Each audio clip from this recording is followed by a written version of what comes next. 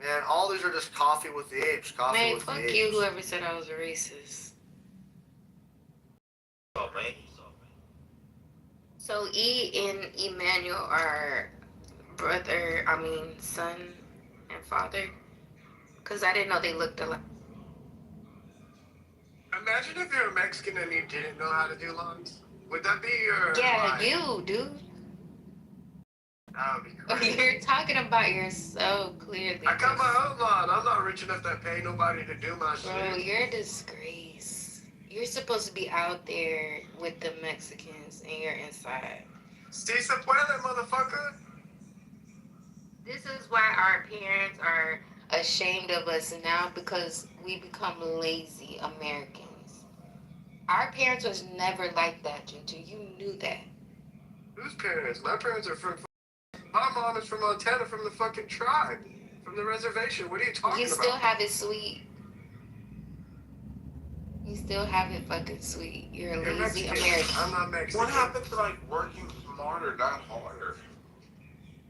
But Bro, aren't it's they gonna the be ones? so hard. Aren't they the ones that Dude, this is gonna be so are hard picking to your go back a fruit? fucking month. Aren't they the ones picking your fruit Bro, this is and gonna be mowing so y'all's hard to go lawn back a month. and I fucking can't doing fucking everything find for it. y'all?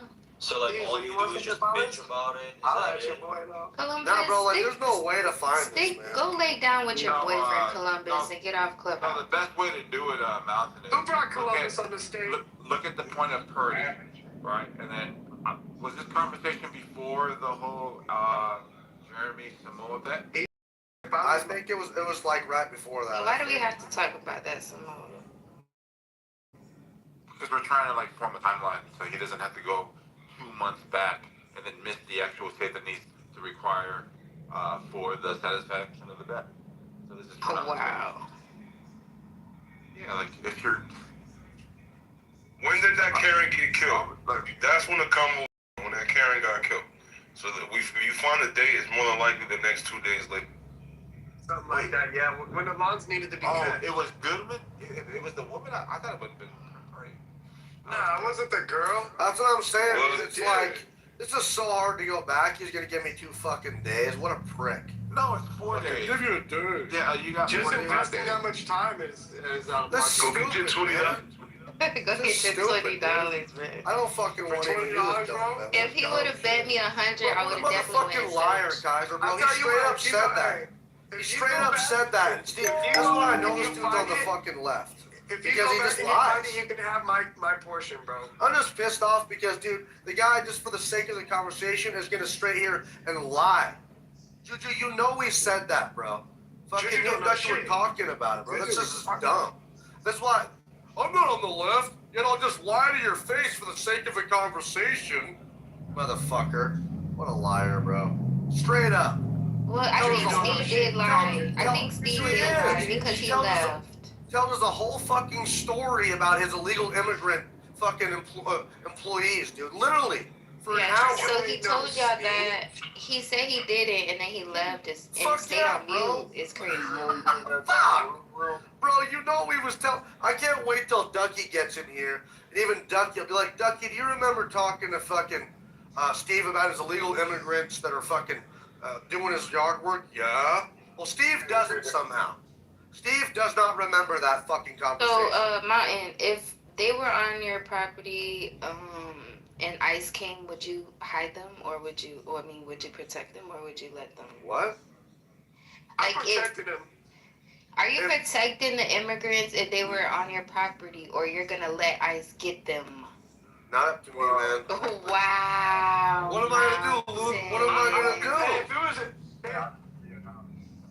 now, I know what you will be doing. Your own motherfucking law. Y'all are so That's what I think. pussy, like. Fucking If they come to my house, I'm protecting them at all costs. I ain't about to go outside Let's and cut my own see. fucking Y'all lawn. scared of the police, bitch. Y'all Why are would I scared. fight for somebody that, you know what I mean? That's already on your property. That's already on your property doing your They work. got jobs. I just If they're mowing your lawn or building something on your property, you're still gonna let, like, that's crazy. I'll be like, entra, I do it avanza, myself. What are you entra. talking about? If I No, like Curry's is crazy, though. What is your Like, meeting? Why would it be on Well, I my mean, mind? a few dollars, That's right? the concerning factor. You know them people give you a few dollars, but y'all rather rat. I know personally the person that I'm going for. We got too many bitches in this because the world. worst thing is you Well, I can gotta get be a a bitch vintage for because it. I went outsourced. So what? That's what I'm telling you. So what? You know, if I know my homie and he so happy. Yeah, her logic is not logical. So what? Go jump the fuck out of it. But yeah, if I So go what? for a life for somebody I don't know, you gotta be. Y'all still gotta learn y'all's rights either way. Like y'all can't just let anybody come. You dumb as hell. If you ain't got a warrant, And you get slow the as fuck out hell. of my Speak body. right. I mean, why don't we go ahead and like play this out, right? So you are in a transactional like agreement with these illegal people. So right now you're participating in an illegal act. Well, Okay, you cool, already cool, wrong cool, in cool, the cool. beginning. All right, cool. So now we got one charge, and then the authorities show up. Yeah, you should be And now automatic. you want us to, so now you want us to start building out our charges. So not only are we kind of You like should breaking go the law, right down with them and get deported too. Hold on, The wait, hold on. fuck? Are they paying me money for a service, or am I paying Take them your money ass for a too, service? because we don't know what the transaction was about. You could have said easily that. You If you it's know what the 100, fucking receipt? you're You know paying what's the them. receipt? Shut the Yeah, fuck up, Columbus. you're paying Now them. y'all got receipts for immigrants. Oh my god. What are you paying them for? Now they got receipts. They're gonna go put that on their It's taxes, called right? paycheck. It's called Stupid ass. Shut up. Yeah, this is horrible stuff. Why would you sacrifice your freedom for people you don't know? Yeah. They should take your You ass too. That's the problem. They should take your do ass it, right do it right now. Do along. it right now. That's Do the it Right now. along with them Do and it right now. That's the deport you. point. I mean, the Try to crazy save part every is that the Mexican. main people that exploit Where are they the gonna illegal take them immigration to? from The Mexico. Right now. We don't know, Right now. Juju. Drop their ass off somewhere. Shit. They don't know where those Mexicans or Hispanics came But we from. know I that want the every Mexican Americans Or those are island people. They don't know where they came from. Right But now, we if you know love that the so ones much who are right now. taking advantage of illegal See immigration how it's so are easy the for Mexican American Americans that are logic. Come on, the Mexican Americans are the ones Stop. that are of a higher class, business owners, so on and so forth, are the ones exploiting their fellow Mexicans when they come over the border. I mean, that They're is the a ones fact. That is a fact, Yeah. though. They're the ones that understand the game because they They're not happen the to be only of a higher ones, class. but yeah. Yeah, so all those white contractors, all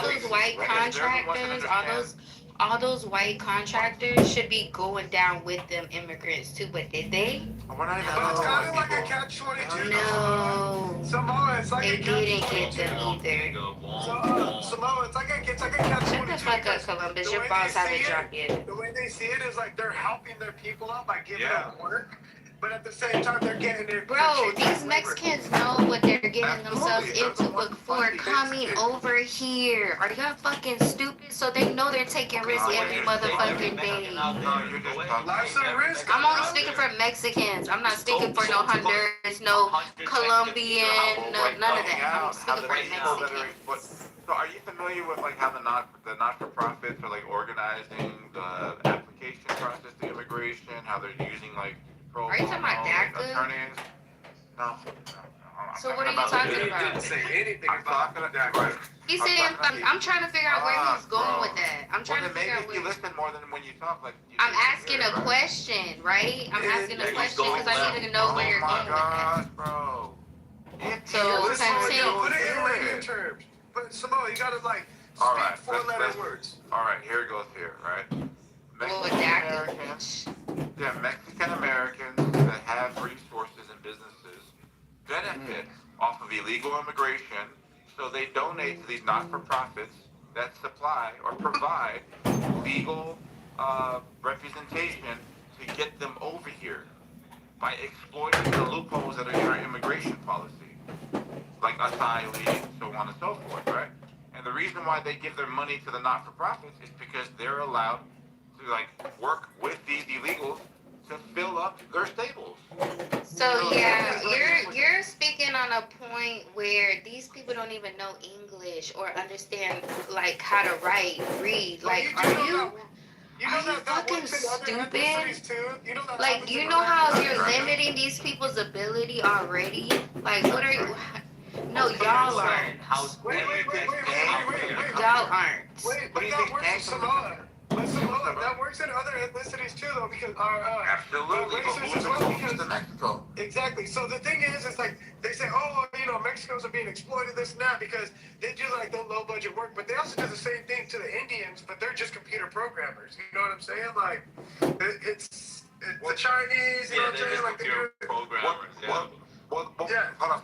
So there's a difference there, right? Because like when you're talking about like the H-1B, like visas and things like that, that's like the country trying to find talent, so we could like That's use the it one. to brain. Yeah. So this is called like brain drain, like where you're taking the best talent from around the world and you're importing it, like for your benefit as a country. But what I was talking about was like what's on the ground level in Arizona, California, Texas, where Mexican Americans that have massive amounts of resources understand that they need to be able to fill up their factories with bodies. And the closest bodies to them is across the border So okay, in their country. like I said, y'all limit these immigrants. Either way, y'all expect them to take a test about things that they're not even gonna remember their social security number. No, So they don't need to do that. what do you mean? They have to take a test just to get a green No, card, yeah, a but citizenship. why What are would we they- talking about? Why are Would you they not be conflating the willing to illegal remember a population with the social legal security number, but process? they're willing to steal one? No, No. that's what they're giving, idiots. No, she's conflating two Talking different about populations. still one. So Shut like the you're fuck talking, up. yeah. So you're talking about the green card like process where it takes like 5 to 6 years to even be like eligible for permanent residency. We're talking about the other population of people that have no ambitions to even go that far, but have to be able to get work permits 3 months after they enter into this country without having a social security number, but then issued like a, I think it's called an H10 or I-10, right? So like these numbers are given, and that's why they call them sanctuary cities, because there's not an obligation of the city to like report these people to the federal authorities to get them deported. That's why they're called sanctuaries, right? So like, who needs a social security number anymore? You don't need any of that shit. You come here, you work with it. Those you are come here, sanctuary states. That's why all the truck drivers come to California without having documentation to be a legal resident, but they come to get their CDLs. Yeah. Yeah, you could go get a car and not have your license. Like, Okay, well there you go. as an Yeah. immigrant. So Well, as what an are we illegal. talking? Yeah. Yeah, as an So illegal. Well, when so you what say if- immigrant, you're kind of conflating the two populations again, right? okay. Well, I mean, however you want to interpret that. Illegal. Yeah. Okay, Illegal. sure. We both got the concept though, so. Not really. So like it's a different process for one and the other. So all the illegals are being funneled through these sanctuary cities and just working as if they were legal. And that's what people have a problem with, because every job that they take is a job that's taken away from somebody who's eligible for the job, or you know, Bro, a citizen. if That's not necessarily true. threatened by an Let's be illegal honest. immigrant, I'm not somebody gonna who can't take no even warning speak from bro. English, That's not gonna you happen. feel threatened by that? I'm sorry, bro. You're, Well, no, I Hello? don't feel threatened by that. you're Bert. I'm not saying you personally. Bert, I'm you saying spoke anybody. too loud. Shut. No. Motherfuckers that's like, No, like, you're taking like- our jobs, bro. No, Bert. Like I you think are if you way just, more qualified. Why aren't you? The same getting- people chanting No, they're taking wait, their wait, I job think wouldn't there's- take there's that other job ways. anyways. No, I think you need to like just look at the math. Like if there's a factory like Tyson Processing Mart, whatever the hell, right? And they need 200 bodies, regardless of like citizenship or whatever this is. They're only going to hire 200. And remember, these sanctuary cities are requiring these companies to pay an illegal just as much as a regular citizen. Like there's actual like state laws that are, you know, basically mandating that they pay the same wage. So they're not getting the undercut. So hey, 200 bodies is what's needed, and 200 bodies is what's like satisfied. So like I don't see what the issue is by just playing the numbers game. If they weren't here, there would be an American there. Like that's the argument that's made on the right. Americans are too lazy. Well, they're lazy because of what? End of discussion. I don't Yeah, think they're that. lazy because I of have to what? look that up. I don't think you said sanctuary cities. I don't think they're paying like. Oh, absolutely. I could actually provide the receipts like if you want them. Like there's legislation that's passed. Yeah. I have an aunt that was Just still day getting paid employees. $8 an hour. Do you know that? Like under the table. So No, that's under the table though. She's What not the even paying hell? taxes. yeah. She's breaking But children I didn't- all That's kinds of illegal. laws. But she no, what it doesn't Did you want to look it up, matter. or did you want me to provide a link? Like what? I don't understand. I mean, She's I'm breaking pretty all sure kinds of laws, some. so she's not paying taxes or The nothing. link if you can. Yeah. So Yeah. you can't look it up right now. Sure. Yeah, I I'll see do what it he's Later supporting. on that you're a criminal, basically. I'll just show you you like Washington State or California? Just because they're like pop, you know. Shit, I'm crying. Alright, bet.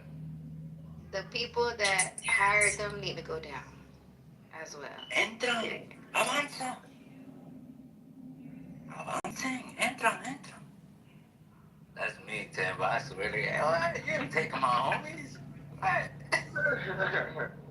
I'm crying, y'all.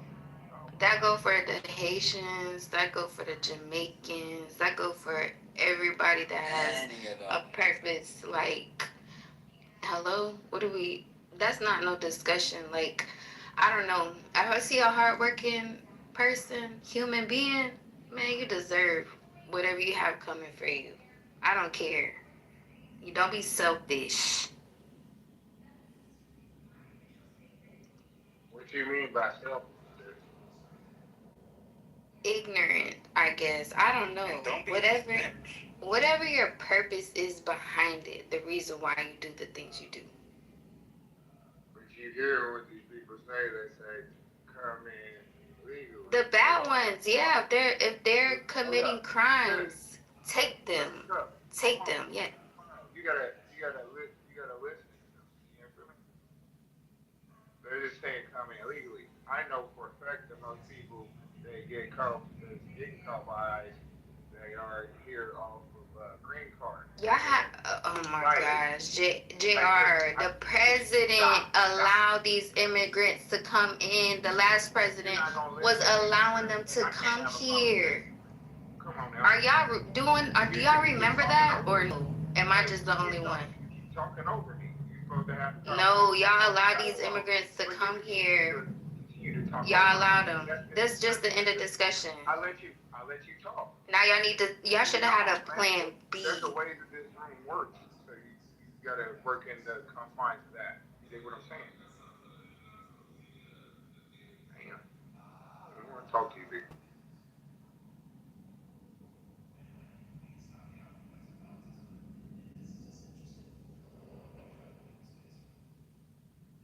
I can't believe Mountain didn't know what a libertarian is. It's like, motherfucker, how do you hate something you don't even know what it is? You lying. You lying, bro. I swear. He's like, fuck a libertarian. Fucking hate those guys. And then Steve's like, what's a libertarian? Oh, well, you know, it's like...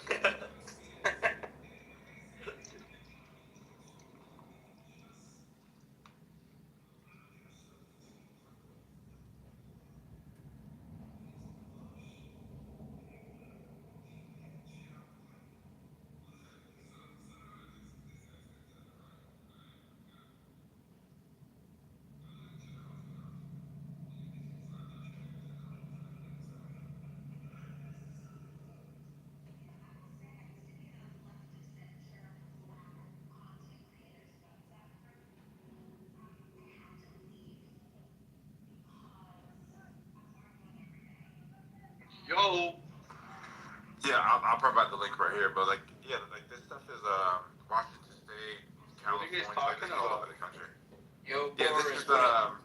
this is the legislation that mandates, like underneath their state jurisdiction, that all people, regardless of their legal status, shall be paid minimum wage. Like in Washington State, is $16 or more.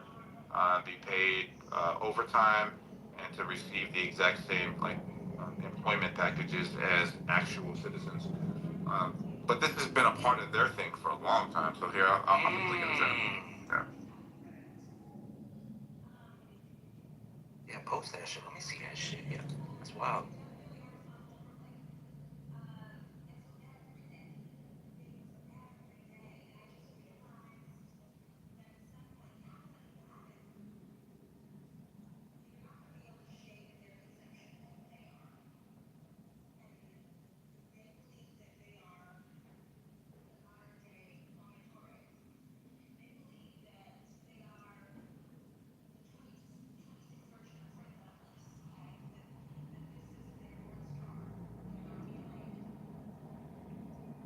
Got it. Good looking out, brat.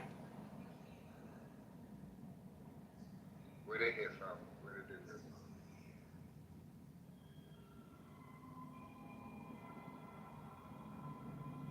Yo, BB, come up.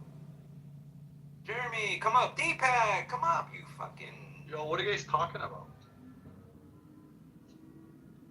Come on, you crazy apes. We ain't said nothing. Are you guys talking about Americans being lazy? Oh, yeah, why? You want to get a few punches in? Get ahead. Wow. Get ahead, boy. It's true. I don't Wow, I understand swear. that. I'm about to go back to Swear work. war. That's so true. It's so sad and it's so true. But kids in Canada, it's a North American thing, right? We live in such luxury with so much given to us as kids, and like everything's just provided for us, and our parents baby us because they had much easier lives because they didn't have to work their asses off because of the advancements they had so early compared to other countries that the kids are just fucking lazy. Right? Like right now, for me to find workers is a pain in the ass. Construction industry, when I had a construction company, same thing. People don't want to fucking work. And all the people that work their asses off are all the immigrants that come in. Like I've never heard an immigrant complain. Like when I asked them to stay longer, never heard an immigrant complain about that. But anyone like even in Canada, oh, it's 3 o'clock. I gotta go. Oh, I worked so hard today. That's Oh a my typical god, American. it's fucking ridiculous. They want to leave by 3 o'clock. Like one of my By 3 o'clock? What the fuck? well, we started at 7 in the morning, so yeah, 3 o'clock. 8 hours. Isn't that a sign of like a successful country, like a prosperous country? You know what I mean? Like, No, isn't it's not. in some ways? Well, not the laziness, but like the privilege to want to spend your time not doing shitty work. Well, but that's the thing, right? It's most of the time you go at a specific time, but what I'm saying is, like, sometimes I'll be busy and I'll forget to get the accounts to the payroll in one of my companies, right? And this guy didn't get paid in the morning. So he's like, I'm not coming into work till I get paid. And I'm like, motherfucker, you've been working here for half a year and you're not going to come into work? Like, I had to let him go because it was just so annoying. It's like, I missed this pay once because I fucking totally forgot to tell the accountant, switching accountants. And it was just like, fuck. Like, seriously. And then it's like, he would come in late, he would leave early, but then when he was asked to stay a bit longer, oh, nope, I can't do it. But they want all the privileges in between. Hey, It's like, fuck. hey, let me say this because I got to Every penny overtime. I got to go back to work myself. But that's bullshit because I work with a crew of guys that fucking every day we bring it hard. We're all Americans. You know what I'm saying? There's people out here that still busting our asses to say that Americans are lazy. You don't see Americans that drag their ass up out of bed, they're overworked, they're underpaid, and you don't know what's going out here really. Speculate. We're not talking about the ones that work hard. We're talking about the ones that are lazy compared to other Like you countries. made it A lot of the generalized kids. It is a generalized true statement, yes. Right? I mean, because they because are, because you know what I mean you can find some lazy Americans. Yes, there are some Americans that are on social security, disability, all types of stuff. You name it, yeah. well, for Section 8 housing, I name a whole bunch, but there's definitely Americans that are actually out there, especially.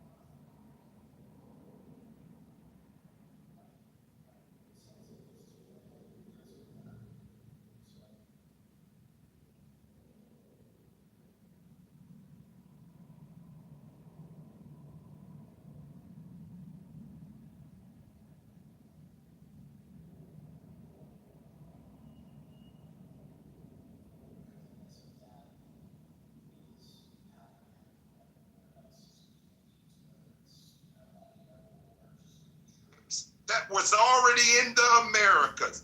Oh, because they just wanted, sweet, they wanted to be in that number with them, sweet. That's all. That's all. Life be better. They gonna get closer to Jesus, closer to God. They gonna go to heaven faster. Hold on, sweet. Not the Son of God that represented our tribes and spoke directly against the coming of these people. The ones coming out of the caves and the ones that would be created, because there's nothing new under the sun. They did the same thing in the ancient days. Mm-hmm. See, these people are a cancer. They are a virus. Jesus talked about the synagogue of Satan. Hey, Jesus talked about those from the synagogue of Satan. Can I get up? And he said, the works of your father ye shall do. My father and your father ain't the same. He said, the works of your father you gonna do. Hey, sweet. Hold on, sweet. Let's stay right there. Hold on, James. Hold on, because I agree with all of what y'all saying, right? Especially what Melissa's saying. That these crossing genes only benefit those with lesser dominance. But James, to your point though, you a Hebrew Israelite, correct? I'm a representative of the tribe of Judah. Yes, I am. Let's go. Do you have any white grandfathers in your lineages? No, I do not. Okay, what do you say to the brothers who claim Lies. right? Hey, what do you say to the brothers who claim to be Hebrew Israelite and donate genealogy and find a white grandfather somewhere? I would say this, that our stories are not all the same. There are brothers out of my tribe that family also was infiltrated. Would I say that every brother that they couldn't see this down their bloodlines? Now I'll touche you on this. Is it possible that I cannot go back far enough because of the erasing of the history, right? That there is possibly white people, Neanderthals inside of the bloodline? I would be a fool to say that. Of course, I would more than imagine there would be some down the bloodline. Can I trace them directly? And this is the problem. And I don't want to diss you, brothers, but I've got my family history. I've got the titles. I've got the tribe name. I know who I am, and I know who we come from. And I know how these people told this story in reverse to separate you from the land. You brothers and sisters come from direct royal bloodlines, kings and queens. Like I said, the salt of the earth. First, they erase you, and then they replace you.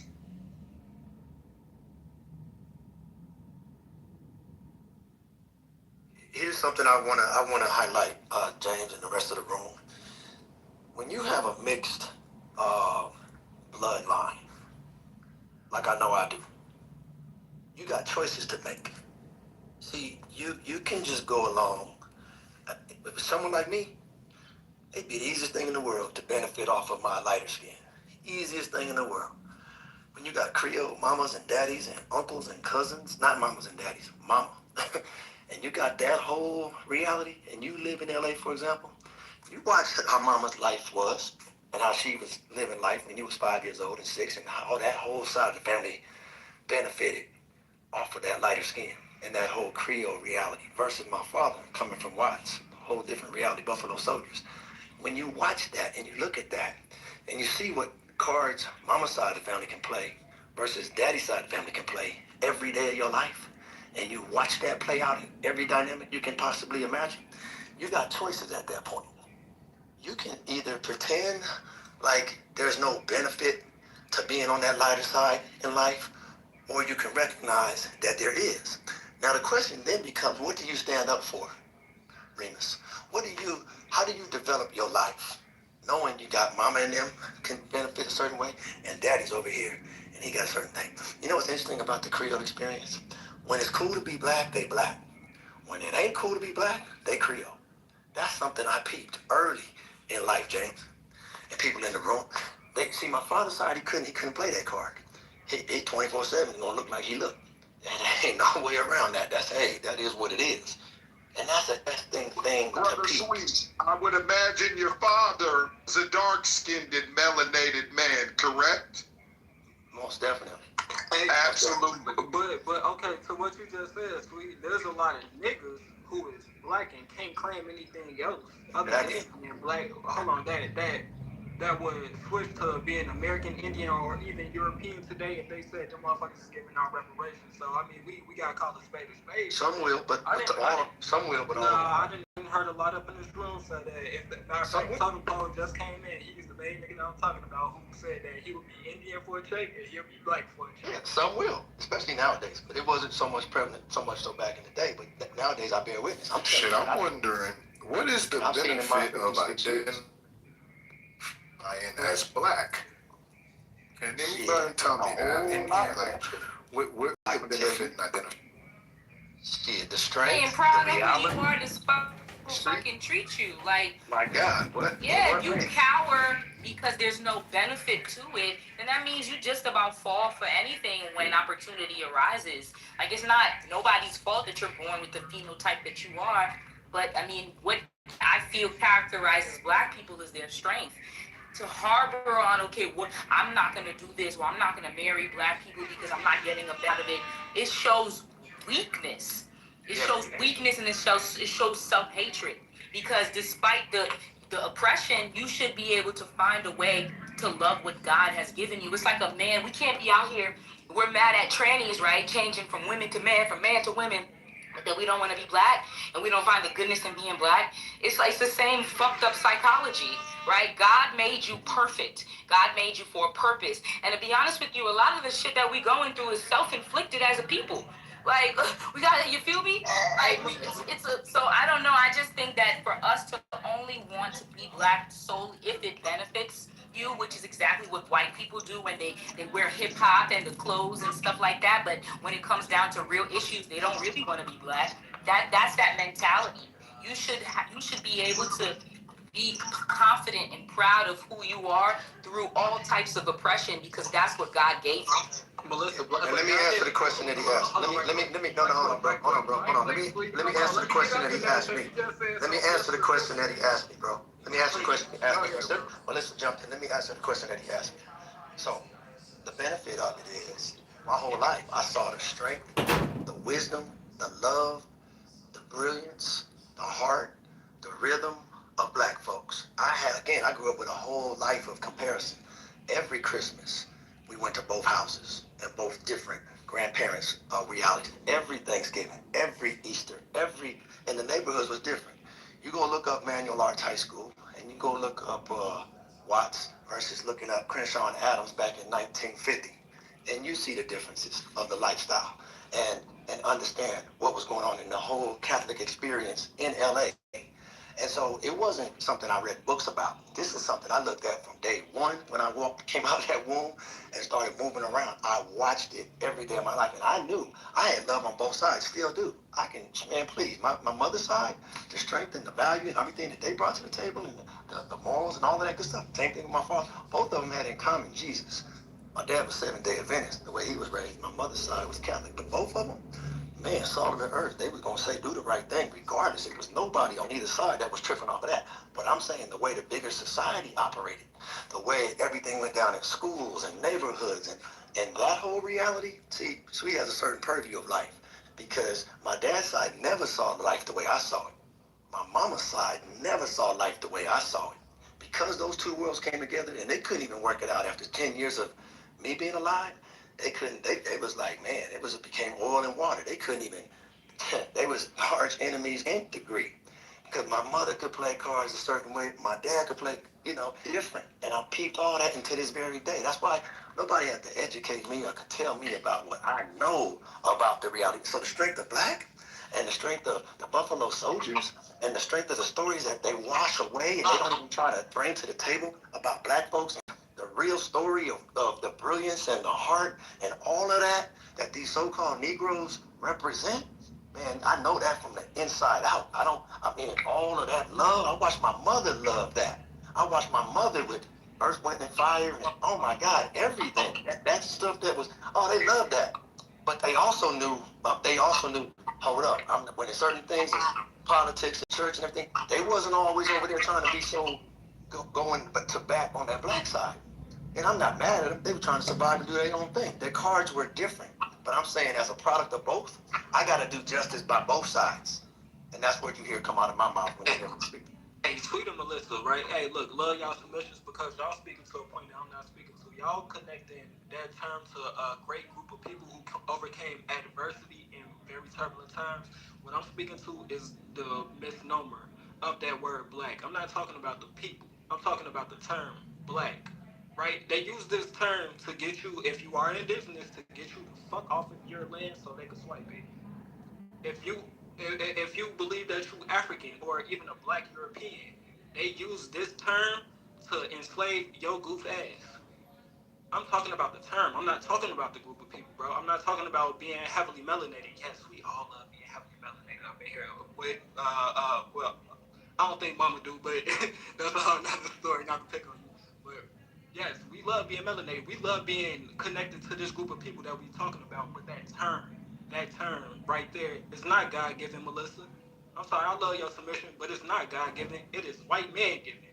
We even say this about American Indian. That's why real life go with indigenous. But I say American Indian just so people know what I'm talking about. Bro. These terms give you access to what was stolen from you in today's time. American Indian. That's why. You know what? I'm finna let y'all go because y'all finna have me sounding like a moron on this motherfucker. No, that's not. Wait, can I just respond to him since he brought me in? It's not about sounding like a moron, right? It's an excuse in my book, right? Because you're saying, oh, this term, this term, this term. Y'all use nigga every day. Every day. That's an American. They call people niggas disparagingly. That's an every American day. Indian. Right. Yet it was but white people still used it disparagingly, and it was taken right and then turned and twisted and used for something else. That's the same thing with blackness. So you being associated with something didn't necessarily mean it's harmful, mean it's bad, unless you choose to feel as if it's derogatory. It's the same thing that happened with the word nigga. People call each other nigga every day. Didn't they change it from nigger to nigga to negus and find some sort of value in the meaning? It's not about it being like, I don't feel like any one thing is tied to my identity. It's a term that's been used of course, by the European, but the reality of it is it's not just the European that called themselves black during colonialism, right? Ethiopia means land of dark spaces, dark faces. Even the Egyptians acknowledged themselves as darker skinned people. They saw that there was a difference in phenotype. Right? So this idea of blackness only being derogatory, I just don't see it as that. I don't associate black with anything that has to do with negativity, right? And I don't see that being black stops me really, despite the agendas, from doing anything of excellence or success. I think it's an excuse to harbor on trauma. And although there are some agenda, negative, derogatory things behind the word, it's up to you to circumvent the agenda and get where you want to be. I don't give a fuck what no one calls me. I give a fuck about what I call me and what I think about me. Hey, let me just, let me respond, Avo, because you mentioned Melissa and me. You mentioned Melissa and me. Avo, let me respond, because I'm a product of parents that were black folks. When I say black folks, let me tell you something. They from that generation where James Brown came along and said, walk right into it and say it loud. I'm black and I'm proud. When that was going on at that time, those were fighting words. If you called another so-called Negro black at a certain time that I watched and lived through in my lifetime, let alone my dad and them, if you said, what's up, black man, those might want to fight you, because they were running from this idea that you're the original. And I'm telling you that it was an embracing, not to try to demean ourselves. It was a time when the political climate wasn't calling us black. It was the so-called Negroes that was really proud of who they were and the story and everything they've been through, that said, no, damn it, don't try to act and try to become white and become other than yourself. Say it loud. Don't walk right in their face and say, I'm black and I'm proud. It was a whole movement. Angela Davis, that whole 60s and 70s, that whole movement where the froze, that was a first time thing. Like, no, man, ain't nobody running from original Corsi, whatever, hair and thick lips and what we are. No, this is what it is. And so it wasn't, that was when you first, in my lifetime, where I saw it was like not trying to run from that, because it was different prior to that. And so when it came along and said, oh, no, you black and comely, you original, you the source of this, embrace that. Don't fall for the okie doke and run from it. Of course, over time, politically, they started I'm talking about politics now. I'm not talking about this thing. Then there's a process how it got from that original pride in, hold up, no, we from the original. We ain't running from that. You don't like black? Well, damn it, we black. Now what? Where we going from here? Bring your white sheets, whatever you want to do. This is what it is. We ain't running in apologizing for, and we ain't trying to bleach skin and none of that stuff. There was a whole percentage that said, oh, no, hell no. And you saw that pride come along. And from there, it started to connect itself to the rest of the world and realize, oh, You were part of this whole planet on the original side. And this is where you started to see that growth. When I was coming up, 18, 19, 20, you had a very strong thing about this medallion with, what is it, black, green, and red, and the Africa medallion. That was a sense of like, yeah, damn it, we bigger than what you're trying to sell us to be over here. There was a lot of pride that came along in that whole kind of spirit. And it was understanding that what we're going through over here is very unique. And so the rest of the world slowly but surely began to embrace them terminologies. And Muhammad Ali had a part to play in it. A lot of people, Kwame Ture, Stokely Carmichael, there was a whole lot of folks. Black Panthers played a part. And the rest of the world was watching, believe it or not, from a distance. And people like Muhammad Ali was saying, the Viet Cong ain't never called me no nigga. Who was he talking to? The powers that be in this country. He was letting them, I'm not finna go fight in a war. I got my conscience. I got a moral conscience. I can't go fight for something I'm not benefiting from back home. Give us the land. Give us what we deserve in this land. And then we could talk about going to battle for you and going to fight some other folks. But right now, man, you want me to come because that's your enemy. You can't get along with them. And there was a whole consciousness. Hell no. We ain't doing that.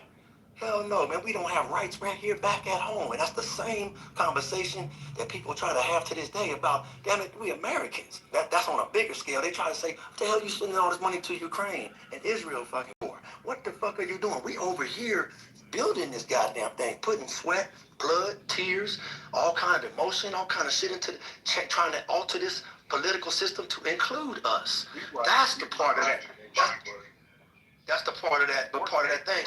So by the time we come into 2026, 2025 and whatnot, last 5 years, you're seeing everything claiming black, BIPOC, seeing all this. That's where you see the pushback from so-called Negroes and black folks that are like, hold up. And there's a difference between the certain struggle with the natives of this land, call them what you want to call them, all them tribes that was here, that were very melanated before the Columbus and anybody else started showing up, and they had all of what that was. And so the reality is, I have some blood in there. I got some blood in there. Yeah, my mama. I'm on my mama's side. Yeah, for sure. So in that sense, I was.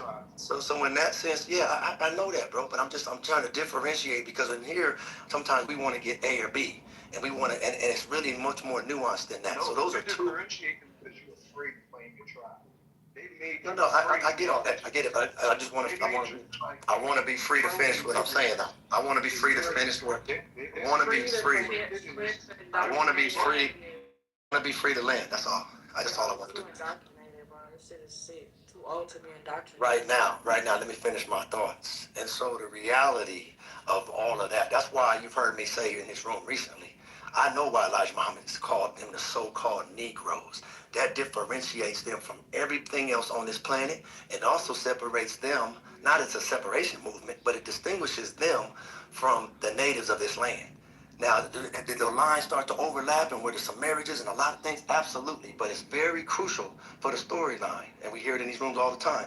That your blood, you might have some Caucasian in there too, and all the ranges of what Caucasian means. All of that can happen simultaneously. But if you're going to tell the whole story, and be truthful about the story, then you're going to understand. There was the so-called Negroes, and there was a whole treatment of that, and there was the natives of this land, and treaties and all kind of stuff with that. And then there was Caucasians, and there's a whole bunch of that. So it's a very convoluted thing, and depending on who you are, your story's going to be very different. But there's some similarities in there too, and all of those things have to be told properly as we move forward on the planet. I would just like to say that Negro is a Portuguese word, and it literally translates to black and Germanic. I don't understand how you people are over the age of 25. You were born in the 80s, the 70s, or the 60s, and you don't understand what's happening. James Brown is literally half American Indian and half Native American. He worked for the machine. Just like the term Afro was literally transformed from the word natural, which was a natural hairstyle. And the 60s was a pivotal time to take the indigenous so-called black American and make them into an African. You brought up RGB, that comes from Marcus Garvey, who was from Jamaica by way of Ireland because she was a so-called black European. All the stuff you just went down a list and said is literally the indoctrination of the American people. When y'all calling people black, you're literally taking them away from their indigeneity. People in Africa don't identify by black. They identify from whatever tribe, whatever country they come from. Here in North America, we have literally been programmed to identify by a crayon color that we're not. We're shades of brown. How is it that Asian people don't identify by yellow? If you've ever left the Americas and you went out the country, people from other places already know who you are. They know that you're from America.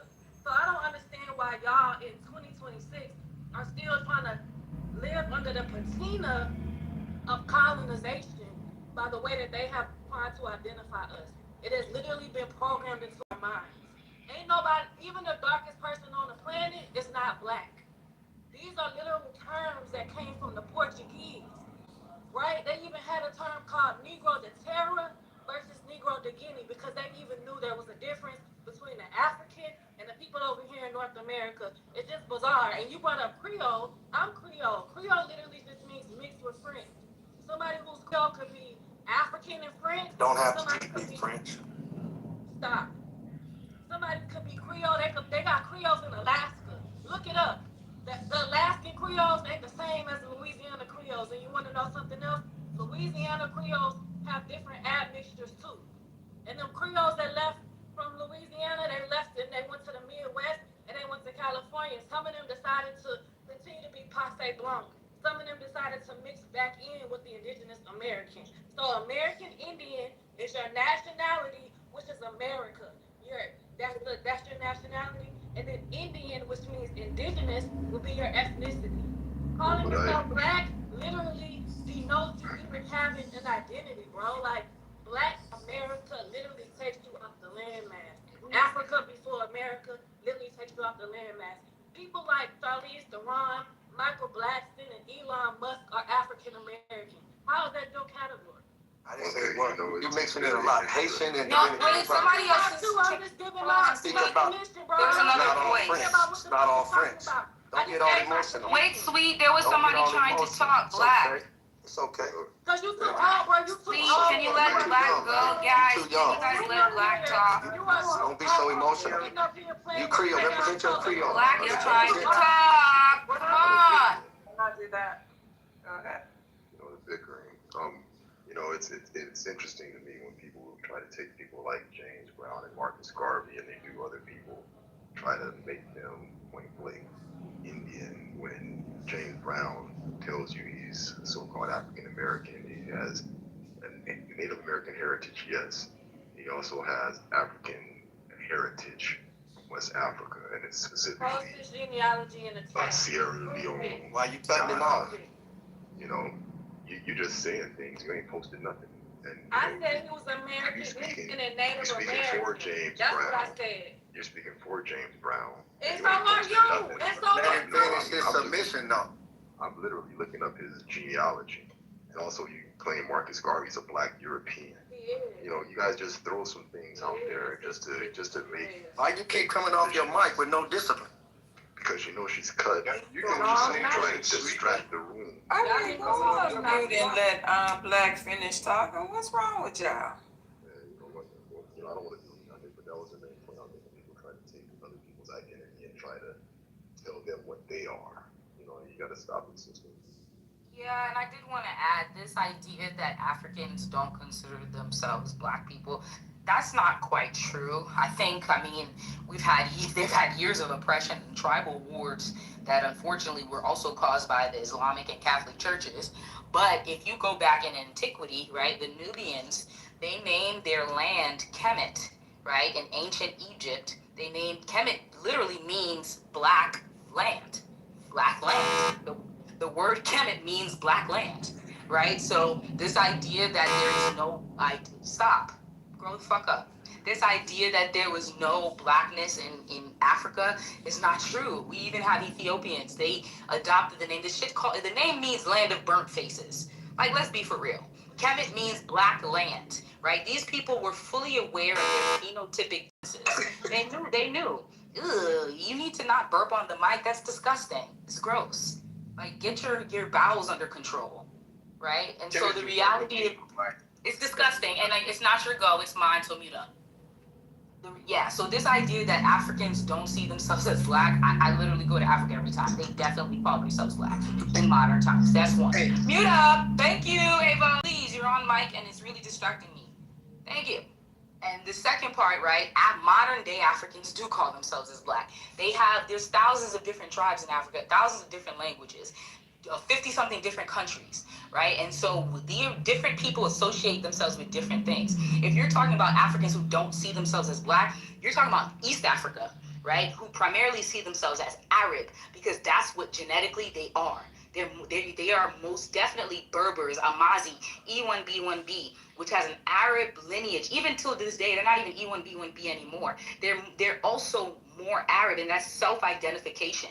But that's not to say the entire continent of Africa doesn't associate with blackness. That would be wrong. And then lastly, again, one of the greatest civilizations in Africa, not the greatest, but one of the greatest, right? Kemet means the black land. So to say that these people didn't see phenotype, you can go into their writings and see their hieroglyphs and see that they acknowledged different phenotypes, and they knew they were not white, they were not Asian. They knew that. That's why they named their land what they named it. Hey, Melissa, can't nobody read that hieroglyphic shit. Don't nobody know. Anybody can look at a hieroglyphic and see a photo. Yourself, man. What the hell? Hold on, Melissa. Hold on. You don't know Asa Hilliard, I get it. Wait, hold on, G. Y'all always go to Kemet. Instead of going to West Africa where they say you niggas come from. Now, Melissa. I live in West Africa. Hold on, Melissa. God damn. Get the fuck back on mic, please. Oh, but you weren't on mic when I was talking. And you don't like it, do you? It sucks when people keep getting interrupting you when you're trying to make a point. I muted up. After you laughed about it, and now you want to curse at me. Grow the fuck up. Please go on mute. God damn. No, but Avo ain't shit funny. Like, we're trying to build here. And, like, there's a lot of people in the audience listening. Respectfully. Okay, so can I fucking finish? God damn. No. Alright, so Yeah, let Avo finish, please, go on mute. Yeah. But listen, it's all love. Don't be like that, Jay. Because I was just like, but alright, look. Y'all always go to Kemet. Y'all always go to ancient Egypt. You niggas don't got nothing to do with no motherfucking ancient Egypt. They didn't go into ancient Egypt and take you niggas up out of there. So whether they consider themselves black or not, they ain't got shit to do with you. But what about the West Africans though? What about the Liberians, the today Liberians, the today Ghanaians, the today whatever the fuck, the today Nigerians, Nigeria? What about them niggas? Those are the main motherfuckers we talking about when we say that Africans don't consider themselves black, and they don't. And because they understand the difference of nationalities. We don't realize having nationality here. That's why we put that black in front of American and not just American. They don't have the same culture we do. Matter of fact, genetically, even genetically sometimes, they don't consider themselves us, which they not. Shit, they not. You, Melissa, you would be more connected to, Speak on the West point, Africans. not on me. Hold on. Hold on, I got you. I'm finna get out the way anyways. I'm on my way to work. Look, just by you being Haitian, your geographic, you would be more connected to them people than we are over here in mainland North America. Them people don't consider themselves fucking black. You, as a Haitian, you coming over here, you consider yourself black now because you assimilated into the culture. But over there, you're Haitian. That's not. Why are y'all speaking on me and not the point, right? But bring up the statistical evidence. Because you've never been to Haiti. What Haitians do you know to acknowledge this? Have you been to Africa at least once to talk to a black African and ask them how they identify? No, I don't have to. I stick with my opinion and how I feel about it, and not actually go to the continent, and not one country, many countries, and have different conversations in different languages with other black people who do identify with black. You've never been to Haiti. You can't tell me what Haitian people see themselves as. They see themselves as blacks. They do. I don't see where you're trying to say just because I was born in America that I've just thrown away my lineage. I'm a first generation American, bro. My entire family is fucking Haitian. My cousins, everybody, you can't tell me that they don't see themselves as black just because you want to tell us how we should see ourselves. It's simply not true. You can't speak for entire population groups. This idea that West Africans and don't see themselves as black when you've never even spoken to them in their own country, all you see is this clubhouse bullshit, is ridiculous. It's not true. And that's why I gave you the example of Kemet, a land that's literally called the Black Land. Like, it's ridiculous. Hey, Melissa, once again. It's not called that. Also moving the mic around, Pavo. You right. I got you. Damn, y'all got me at the I know you gotta go to work, but let me say this. I put in the chat. I put in the chat for you. Hold on, bro. I know you gotta go to work. I know. Sites, but in real life, Kemet doesn't mean black land. Okay, great, no problem. But look at Oshwa Kwesi. For those of you One that second, don't know. sweet. I'm gonna pass it right to you, cause we're gonna clear this. We gotta clear that up. Listen, Kemet, which was known as ancient Egypt, is known as the Black Land. So I'm sorry.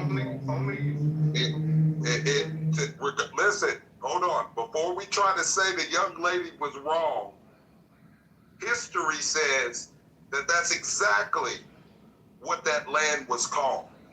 So we're just not, I know I'm indigenous, but so not going to ignore the fact that there's a very good chance that black was not given to us by these white people who didn't even exist when fucking Kemet was around. So we gotta stop doing that shit. He said he's gonna pass it right to me, Bravo. So Neil, he said he's gonna pass it right to me. Respect the order, man. So the reality, again, two things, bro. Two things. First of all, Oshwa Kwesi, you gotta go to work, Alvo. How's that work? Have a good day. And so check this out. Hold on, Oshwa Kwesi. For those that don't know him, if you don't know him, you're definitely not gonna know Asa Hilliard.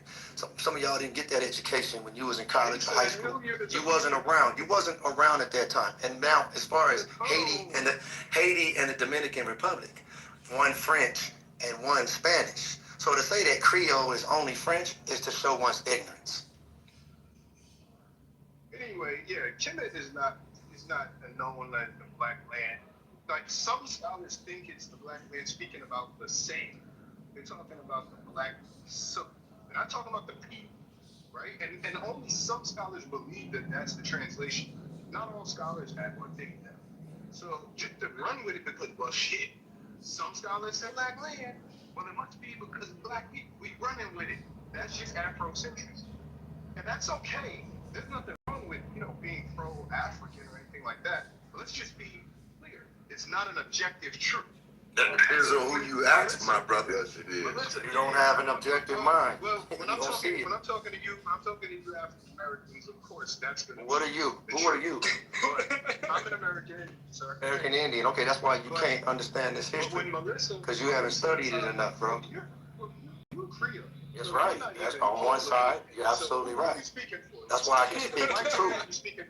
That's why I'm speaking the truth. In other words, I'm speaking for nobody but the truth. Mr. Wait, can I just say one thing, right?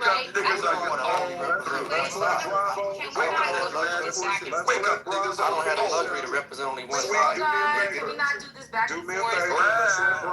One mic on Bravo. Okay, Bravo, you can. Melissa says, like, Abel, how could you speak for a whole people? She's talking about, hey, my brothers have patience. Shut up, Haiti. I would never go there. It's a shithole country. But, yeah, there you go. My thing is this. She's telling Abel not to do the same thing she does. She works on all the Ethiopian. She'll say, oh, yeah, they're all E1B when they're not even E. You're speaking on their bloodline like you're some sort of a scientist. That's called scientism. You're basically just a religious person when it comes to science. Scientism. You didn't do the blood testing in East Africa. You've never seen an E1B1 DNA in your life. E1B1, what's the rest of it? Okay, let me go ahead and play the video real quick. Wait, can I respond real quick, Erica? That's a nice PTR, Bravo.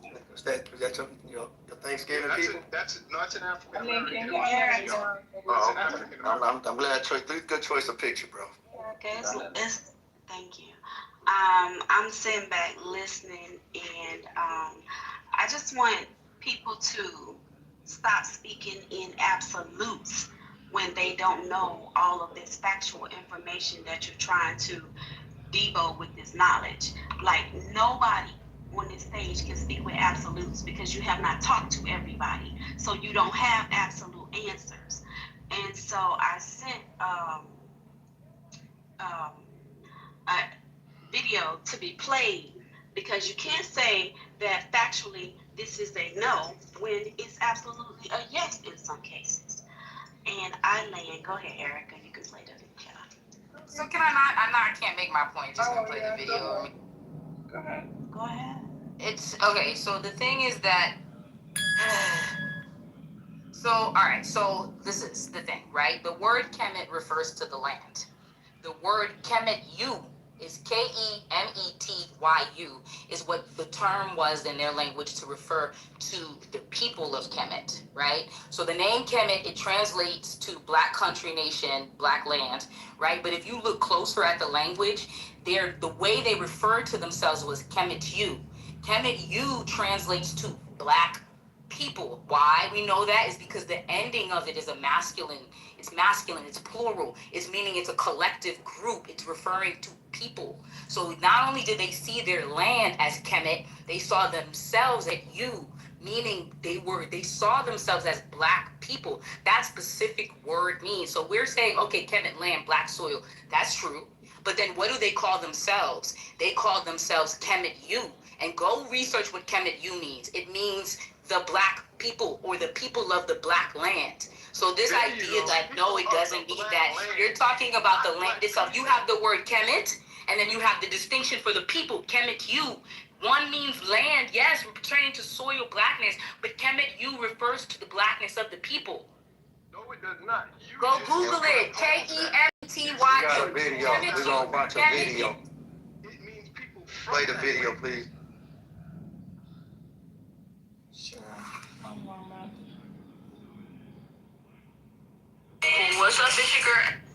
I'm not trying to ruffle any feathers or anything, but am I the only person, black, African-American person, who remembers when anybody else who was a part of the Afro diaspora used to differentiate themselves from us? Like, oh, I'm not black, I'm Jamaican. I'm not black, I'm Haitian. I'm not black, I'm Panamanian. But now it's like, bro, we're all black. I don't know. I don't identify myself as a black person anymore. I identify myself as a Jamaican person. I've always identified as a Grenadian. Like, when I'm not black, everybody was shocked at that statement. Like, you're not black. What are you then? Like, I'm a person. What is black? So what are you?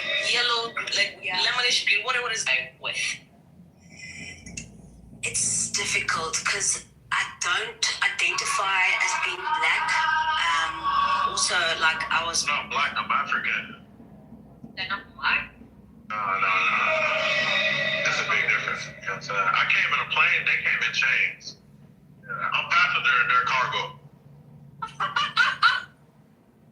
And I was 17 to go to college. So I will start off with the fact that I never really saw myself as a black person growing up. I still don't. Of course, it's someone else. I'm not black. Who's black? I'm not black. I'm not African either. I live in Africa. I'm Somali. I speak Somali. This is my flag. I don't like this. Like, why are you telling me I have to do this because I'm black when it's been already pointed out that I'm Haitian? Why do I now have to submit to this idea of being black? That makes absolutely no sense to me. And that's what you don't get. A lot of people are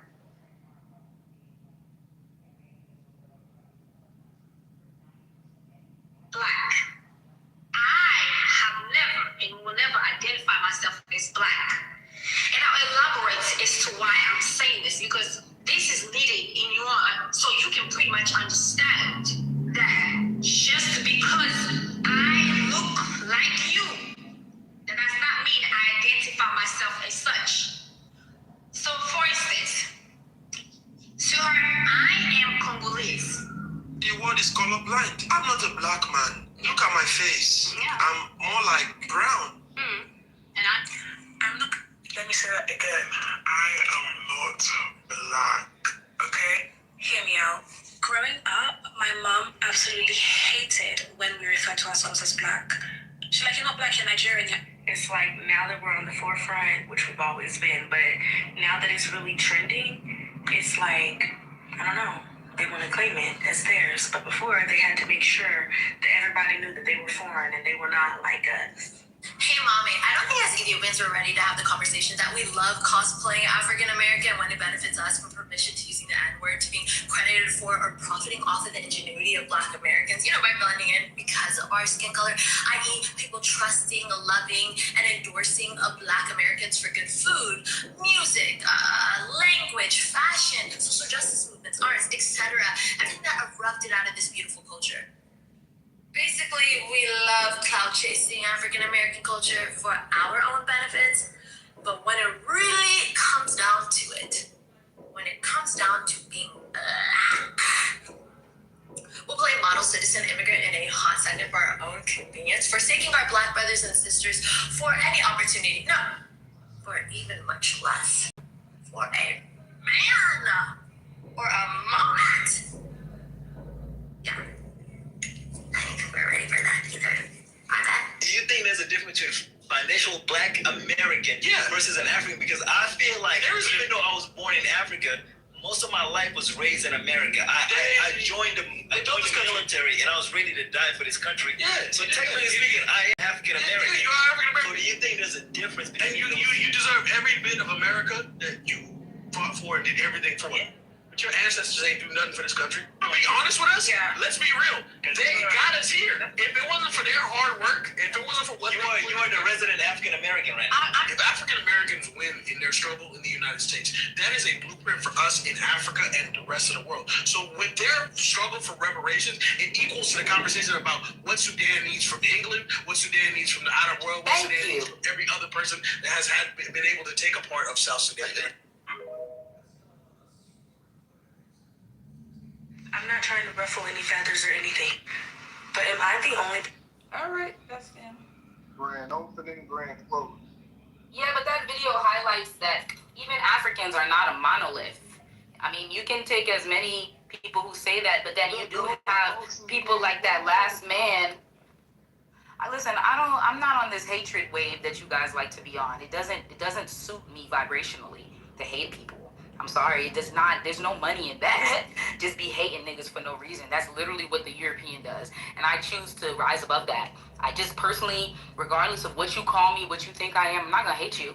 Because no matter what, I still have to partake in the Black struggle here in America. They don't ask me what type of Black I am when I go apply for a bank loan, or when I'm talking to my lawyer or my real estate agent, or when I'm dealing with fucking shit that has to do with business and I'm being marginalized because I'm Black. They don't ask me if I'm Haitian. They just see the color of my skin.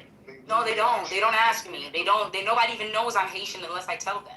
So the reality of it is that as much as we can hark on these clickbait points of view that Jewish media is putting on TV, that last gentleman who spoke about the real reasoning that there is that Black Americans, that your voice and your efforts are actually influential to other Black people, not because we want what you have, not because we want reparations, but because we have our own fight in our own countries that need to be done. So it's more inspiring. I've never lived in a household or been around other Haitians or Caribbean people who don't see themselves as Black.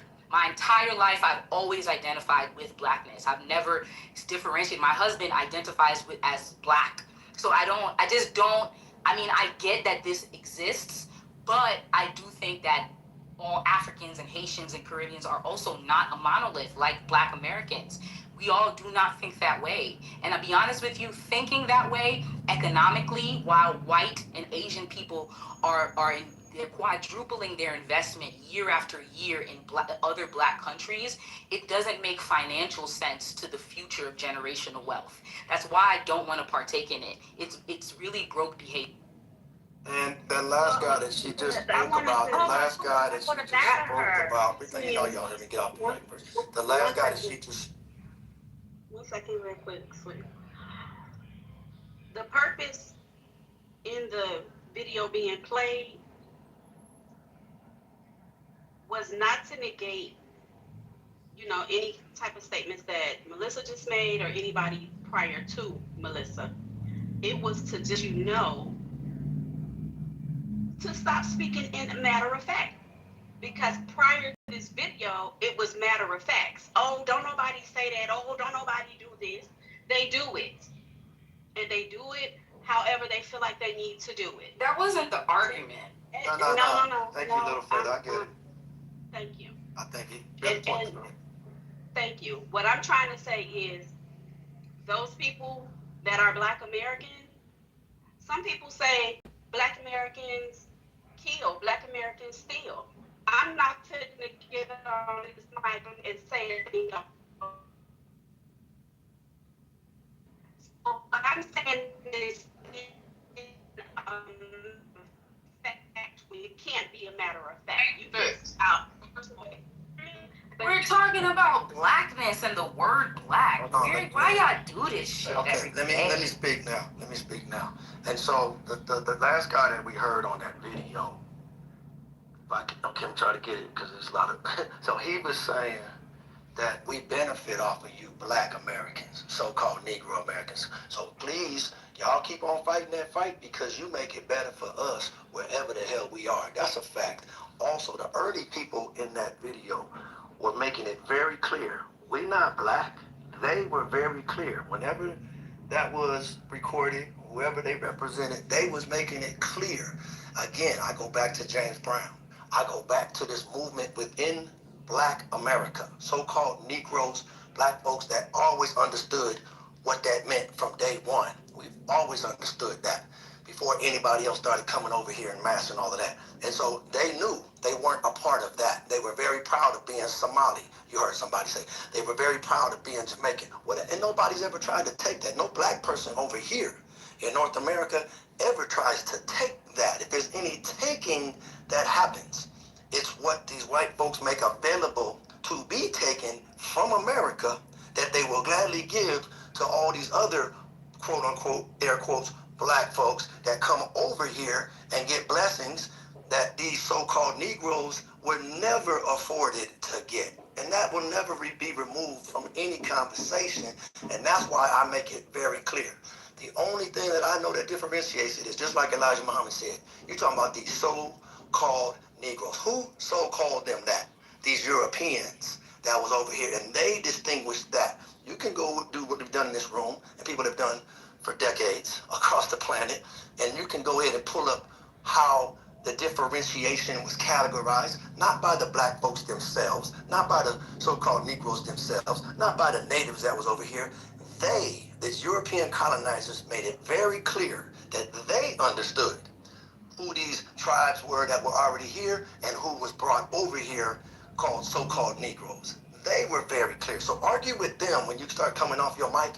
Go back, because that's the reality of the conversation. So I get it.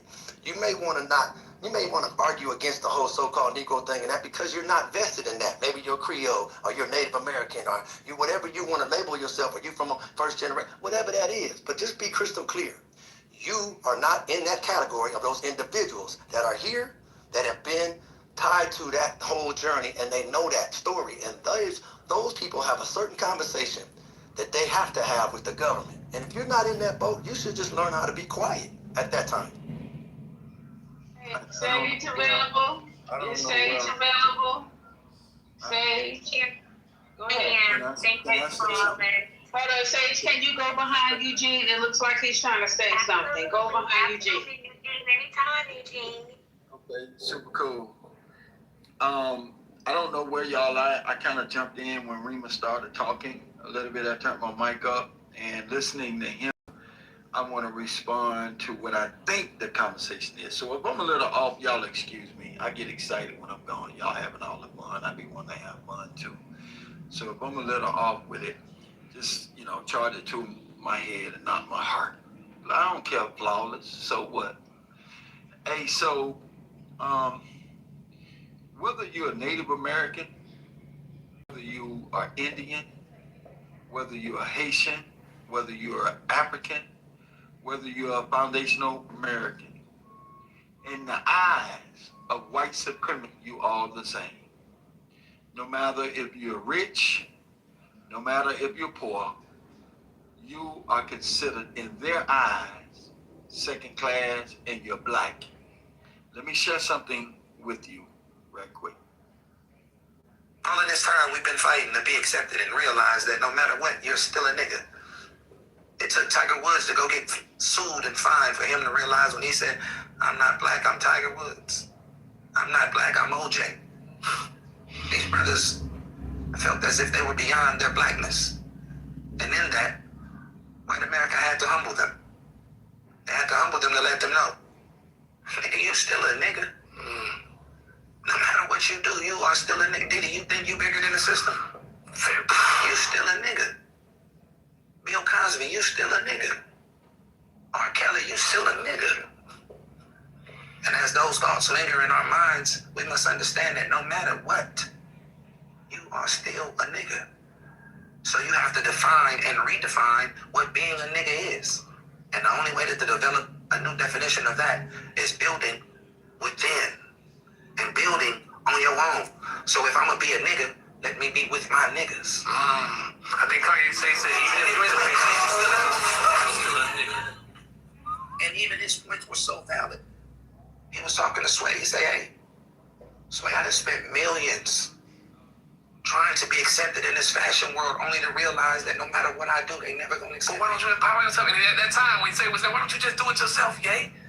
That was that fighting at the table. He wasn't understanding, building his own. And at the time, he wasn't understanding because his whole thing was, but I want to be accepted by them. These are people that... Why we want to be accepted so bad? Because it feels like it gives you validation. A brother can tell you, man, you got a good look on yourself, man, all day, man. But as soon as one of these white folks come in here and say, man, I love your podcast, now all of a sudden you're smelling yourself a little bit different. Just like when we growing up in the neighborhood, man, we were shunned on dark-skinned girls with Negroid features. They told us that Whoopi Goldberg was ugly. They told us that these women, they were ugly. Straight hair was pretty. Where the curly hair, light-skinned girls at? So we grow up being color-struck. We don't want nothing that look like our mamas. Because we all want something that we can't have. So we're flattered when someone outside of the pond sees our ability to swim. All of this time we've been fighting to be accepted in real life. So the premises behind me sharing that, regardless of you calling yourself Indian, Native, African, Black, Haitian, Jamaican, in the eyes of white supremacy, you still a nigga. Go ahead, sweetheart. Thank you, Eugene. That's so crazy you played that, because the topic before I even got in here, I was thinking about the colorism thing. But to get back to the point that you guys have on hand in the discussion that was here before, I first want to start off by saying how ignorance could be so loud and how negativity is much louder, right, than positivity. Because what we want to look at, like earlier, I think Melissa made a very good point, right? I think, and I have a good optics because I'm half and half. I have a foreign side and I have an American side with very deep roots here on this continent. But I also have deep roots in the islands. And when you look at the bigger picture, you understand that Black people, or people who are melanated, we are native to the earth. We are native to this earth, okay? Not just one landmass. So in the Americas region, and when you talk about Jamaica and the Caribbean countries, we are all a part of the Americas, right? And we've come to be under this mind frame where we're Europeanized, and we like to segregate each other, and we like to talk about our differences so much. And yes, there is a place for our differences to be identified, because there is a key issue here that Americans, people who are descendants of slavery here in America, people who are foundational Americans, have a fight that they need to fight, and they need to segregate and identify themselves separate from the other people on this continent who look like them, so that they can attack the issues and get their reparations for what their ancestors on this continent had gone through. Right? Now, I think it becomes convoluted with all of the propaganda that is spewed out there by people who don't look like have more money than us, right? Because here we are as people who are melanated against other melanated groups of people, whether they want to call themselves Black or not. That's an individual identifying thing, right? Individuals, they may want to identify themselves or whatever they want. But when you think about it and you look at it, as a country and nations, these islands, when they look at their statistics, they do by race, not by ethnicity, which you guys are really talking about when you talk about being American or Jamaican or whatever. That's your ethnicity. But when they talk about racial ratios, you can see most of these other islands outside of the United States, they also identify the people by Asian, Black, white, etc., just like you do here. And then there's another statement made about, a lot of, I think, foundational Americans look other people who are melanated and foreign to this country as masking or being tithers to them or these other things they want to call them, because it does create an issue, a layer of issue, when you're trying to segregate the issue to state like, hey, no, not everyone deserves this because your ancestors weren't here, right? However, what we don't see is that while they're propagating group against the next, they're opening the floodgates wide open for people who look like them. If you're white, I don't give a fuck where you're from. You could be Eurasian, you could be Caucasian, long as your skin is, you could be South African, I don't give a fuck. We got you. Bring your ass here and we'll give you everything you need. Someone made a statement earlier stating that Black foreigners come here and take something from Black Americans that Black Americans don't have privy to. And I will implore you to do your research to see that these Black foreigners don't get much of benefits that you don't see. Who's actually getting the benefits are these other foreigners who don't have the melanated skin like we do. Those are the people who are getting your bread, butter, land, and all that other shit. Trust me. But I land there for now. Since I know about BIPOC, that last piece I have to disagree with because, again, you don't see it. You can't see it because this Black, indigenous, people of color, and this intention to always deny those that have been here, that has always been the constant. And I can appreciate that being possible to see because it's a struggle when you show up. It ain't easy like Melissa brought up. That and Eugene brought up. You Black, you a nigga. When you come over here, great. You Somalian, Nigerian, wherever you from, great. Ghana, all that's fine and dandy. And you proud of that, and that's all good. You're gonna find like people like you, and that's cool. There where you can. But you'll never, ever have the time and the ability to keep being true to where you're from and dig into and figure out what the hell has been happening from day one. Only thing you can do is listen to those that are telling you what they lived through and what they've been about. But when do you do that? When is there time in the schedule to dedicate to thinking about somebody else when you got to survive your doggone self? I get it. But to not recognize BIPOC and not recognize when it's a Black farmer's issue that's trying to address old American disrespect, this everything of Black folks, so-called Negroes, and what's been taken from them in a light, weak way to try to put some kind of reparations concept into legislation in some kind of way, and it gets watered down with everything other than those so-called Negroes. Those are statistics that is not my emotion. Those are facts of who can get that money. I had a guy that told me himself in Sacramento, who's a part of that. He said, I'm trying to get more so-called Negroes, Black folks, to get some of this money because everybody but y'all is getting this money. That was a Black man from, I think he was from Liberia. So I'm just telling you, it ain't, so, but that don't mean whatever your struggle is not real. But just understand and appreciate if you're sincere and you're benefiting from this country, understand the so-called Negroes that built this thing. And they don't get the credit yet. But that's great talk, beloved, because that's the right idea. We have paid the price and we have sacrificed life, blood, sweat, and tears up on this land, on this day, before and after the Neanderthal, before and after anyone that's a so-called immigrant. We are still the landlords of this land, regardless of who's speaking. We are, my direct blood is the landlord on this land. Don't make any mistake about that. And we will challenge and we will check them at every turn in the road. All right, Jamal, get your back. You're gonna hit you Black, Jamal, on the strength. Yeah, you have to understand these things because this is the truth. So we have to now set parameters based on our family values. We no longer have to bow down to anybody on the race card, the race issue. We set the parameters. We are the educators here. Don't make any mistake about that. And one of the most brilliant men, a brother named Dr. Lonnie Shabazz, he was a student of the most honorable Elijah Muhammad, a master teacher himself. Both of them. And then he produced produced master teachers up under him, including Malcolm, #1 scholar out at Oxford, including the Honorable Minister Louis Farrakhan, a scholar by everybody's estimation.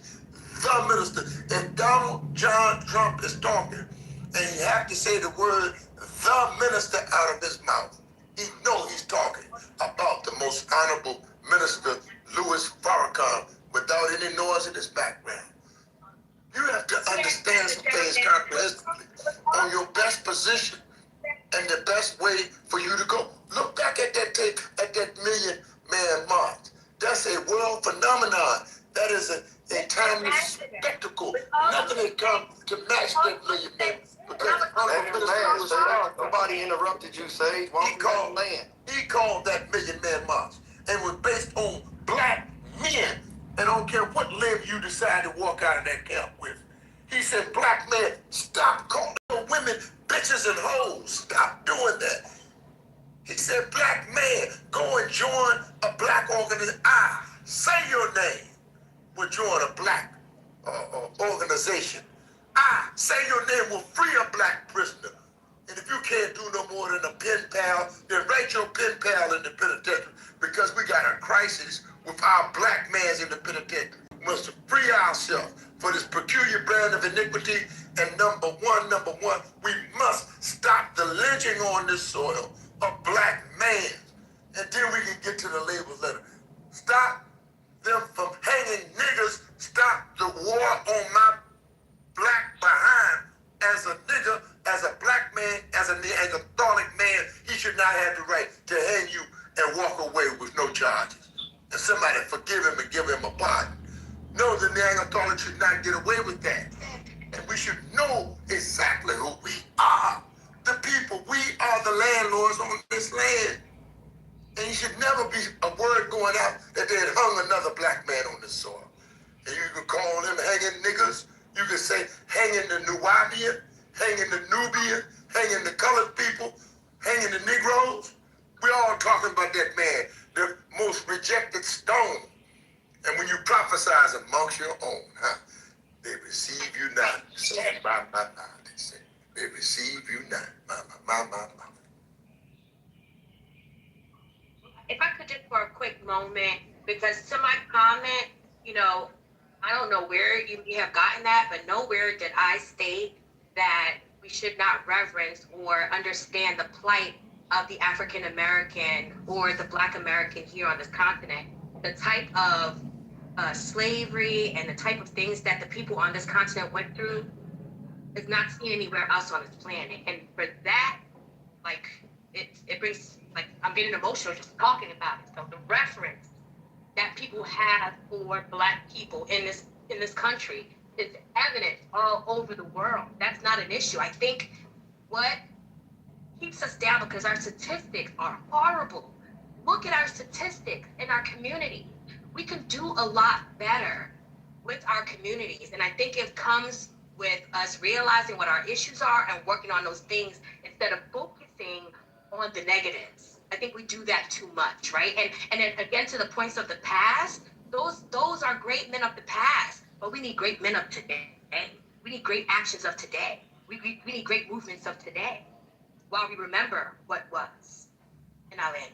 When you say our, you talking about the so-called Negroes and the other blacks? Regardless, at some point, we all end up here. I want to understand, when you said our, we have to, when you were talking about our and what we have to, are you talking about the so-called Negroes and the other blacks that have come over? So it depends on what issue you're talking about. It sounds like you are, and that's my whole point, is what I was making earlier, is that, again, when you mentioned that those immigrants that are coming over, these black folks that we heard the tape that I think it was Erica or somebody played, that was those people were saying, I'm not black. They were making it very, very clear. So that was the point of the conversation that we were speaking on. Right? The negative ones, right? I'm not saying negative. I'm not calling it positive or negative. We heard it come. The facts of what we heard come out of their mouth. You call it negative or positive. I'm not. No, I'm not. You don't have to. You don't have to guess who I'm talking about. You know who I'm talking. You want to add that in. Who's this talking? It's What I'm saying is, you know who I'm talking about, so you don't have to qualify it, the negative ones or positive. You have to specify when you're talking about. If you don't know who I'm talking about, then I don't know what to tell you, man. So I don't know why you can't. I don't know why you can't keep up with with the conversation. You heard the tape, you heard the audio. If you didn't hear it, whatever. You came in here and you made the comment about took issue with the fact that I said about this BIPOC and about the resources these individuals access. And you came in and said that's not really the way it is, and you tried to discount that and negate that and try to say that that wasn't a true statement that I made about that fact. And that's why I had to go into all that. And then you come back again later and say that we have to do, and all that's fine. So if you want the conversation wants to turn into how all black folks, what we need to unite and talk about what we need to do, we can do that. But Sheikh was just talking about it. Sotempo was getting ready to come in and still add some commentary on the idea around the idea of these so-called Negroes and the struggle that's been going on here, and this idea that these other people are differentiating themselves. These other black folks from around the world are differentiating themselves from us. And they reap benefits from doing that. Let's be crystal clear. If they reap more benefit by joining on with us, they would have did that. They would say that. They would jump into the whole... Are these other black groups? I'm not talking about a census, ma'am. I'm not talking about a census. Where are these other black groups? So are you saying if I don't answer that question correctly, then then what I said is not true? If I don't answer your question and prove to you with some receipts, then you're telling me what I'm saying is not true? You have to listen and you have to respond. Can he finish first? Because he wasn't done and you jumped in. I wasn't done. He cut me off. You weren't done cutting me off. I wasn't the one talking. And then you jumped in. You got to get your emotions under control. Because again, I asked you a simple question. When you say we and our, whatever you were talking about, again, that right there in that statement is mixing it all in together. When Sheikh, and we're talking about a very specific conversation that I said very clearly, if that's not where you're coming from, you have to have enough discipline in that moment to let that breathe and let those individuals that's commenting on that angle speak on it. Because the second you come in with our and we, what we got to do, then you are negating the reality of that conversation from happening. And it will always be met with, I'm trying to help you out. Because if I die today, it ain't going away. What I'm telling you about, it's going to be something you're going to continue to bump into. If you can submit to it and recognize the wisdom in it, it'll be a much easier journey, and we all can benefit. Like the other brother said, as I dropped the mic, the other one at the end of it said, when y'all win, so-called Negroes, we all benefit over here when we fight in Europe, in Africa, and around, because we know y'all on the front line. Because you're the only ones that don't have a language, don't have a culture, don't have a history. You wearing your slave master's name on your back. Go on the planet and find me where else that exists. So you ain't qualified to speak to that pain. So when you try to put your pain over that pain, you're going to meet a resistance that you really is not necessary for you to wake up. You should just recognize and respect that. I think maybe what we were talking about got convoluted and both of our emotions might have gotten out of play. And maybe I did come in, because I wasn't here from the beginning. I haven't been online with you guys all morning, right? I came into the discussion while Melissa was speaking. And then I heard the recordings. Either of the recording was first or Melissa spoke first. Maybe I wasn't listening in from early this morning, so I don't understand the full context of where this discussion is going. I can kind of bring you into where I am talking from. And I'm talking, like I stated earlier, right? We understand that ADOS, Americans who are descendants of slavery or not, because not all African or black people on this continent are descendants of slavery. Some black people have freed, you've been free for a long time. And there's so many issues that come into play, right? Like it's not all of you were slavery, but you had issues and you went through a level of. We know what we went through. It's very distasteful, man. I didn't cut you off. You over here still talking on it, and Totempo hasn't had a chance to speak yet. And I'm not. Right. So I'll just leave it there. I think you're right. I'm wrong. We'll leave it there. I thank you for your. There you go. There you go. During the first tape, they talked about the Kemetic science, and the connection between the soil, the land, and the man. You have to start with Econaut. Dr. Collins is the only one that brought out Econaut. I'm sorry, hold on. Wasn't Jamal supposed to be speaking at this time? Are you ready, Jamal? I didn't hear. I thought he was trying to talk when you were talking way back when. He might be driving. We just checking. We just checking. We just want to be respectful. Jamal, you ready for the mic, sir? Because I'm definitely, you can say mine to next year still. You still be on time. I ain't gonna lie to you. But straight up, the word Econaut, you got to put in there Queen Nefertiti. You got to put in there Queen Nzinga. You got to put in there Imhotep. All these men were practicing medicine, and the Neanderthal was in the cave. He was a Paleolithic cave dweller. A cannibal was living in a cave trying to critique a man who's already working medicine, already building architecture. Econaut already working the concept of one God. He's debating back there on the one God. He was 5,000 years before Abraham. Come on. This is real talk. But the people that want to bring that to put it at our table of whether or not it's black, then go down to these black engineers I'm tied to. I'm in an organization of black engineers. Go tell them stop using black engineers. Go tell the doctors and the nurses stop using black on their doctor and nursing degree. Go tell the Congressional Black Caucus to take black off the front of their handle. And then you come and deal with the students of the Nation of Islam. Don't come just jumping us out in the middle of the street. We're using what we got to get where we want. Like James Brown and Elijah Muhammad said. Like James Brown and Muhammad Ali did. Muhammad Ali and Elijah Muhammad. Malcolm X and Elijah Muhammad. Malcolm X and Adam Clayton Powell, the first real Congressional Black Caucus. He said black was beautiful, baby. And he talked about the black Muslim and the Black Panther. Dr. King left it off when he said Jews and Gentiles, Protestant and Catholic. He did but he bum rushed to get to the most honorable Elijah Muhammad. And King came and it made a difference in the dynamic in the society because he transformed from Old Testament Dr. King, who was out there trying to catch up with Mahatma Gandhi and catch up with the nonviolence of their idealism, and he got on the plan of the most honorable Elijah Muhammad. Stokely Carmichael got on the plan of the honorable Elijah Muhammad. Mukasa Ricks, all them brothers that testify, from Ike Hayes to Deion Warren, from Deion Warren to Bill Hart of the Delphonics, from him to Billy Paul of his own writing and making big music with our beloved brother in Philadelphia Sounds, that brother Lukman Abdul Haq. Come on, hey, you got that right. Yeah, Kenny Gamble and Huff Gamble and Huff. Big records, big, produce all that Teddy Pendergrass, OJs, No J's, anything you talk about in music. Elijah Muhammad had his hand right there in it.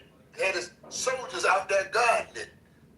And they were well protected. They always felt safe. When they saw that Nation of Islam soldier pull up, pride. And going on in there and get some black studies and opening some black history. I don't care what you call it, but we were calling it black. And we had to use black until something else come through. But it doesn't come through that as universal as black, because the blackness of Allah subhanahu wa ta'ala in the Quran. Inna anzalnahu fi laylatil qadr. Laylatul qadri khayrun min alfi shahr. He said, put it in the blackness of your ignorance, in the blackness, in the absence of the sunlight. He brought light of knowledge as well as he brought light and brought the rain down from the skies. God said that. And takes a dead, dry earth and sprouts up vegetation for your sustenance, black man and woman. Sprouts up vegetation for your sustenance, and I'll land my plane right on your bar for it. I'll land my plane on the facts, the undisputable facts, nothing but the truth and nothing but the truth, the raw, naked truth, the buck naked truth, and nothing but the truth will make you free. And goddamn it, we'd have freed a whole lot more. Miss preaching. He was a damn slave, my mama. Preaching. Miss your call. Oh, my mama. Erica, you funny, yo. He said he was a chaplain. And historical black college. HBCU, you want to go?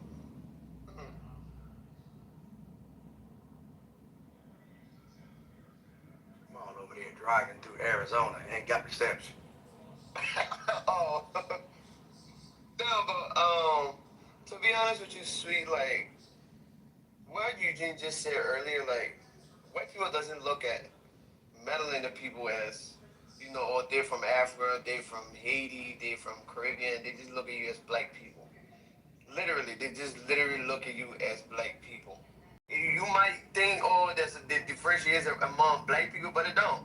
They definitely just look at your skin complexion and say you're a black person. You're a black person, regardless of where you come from.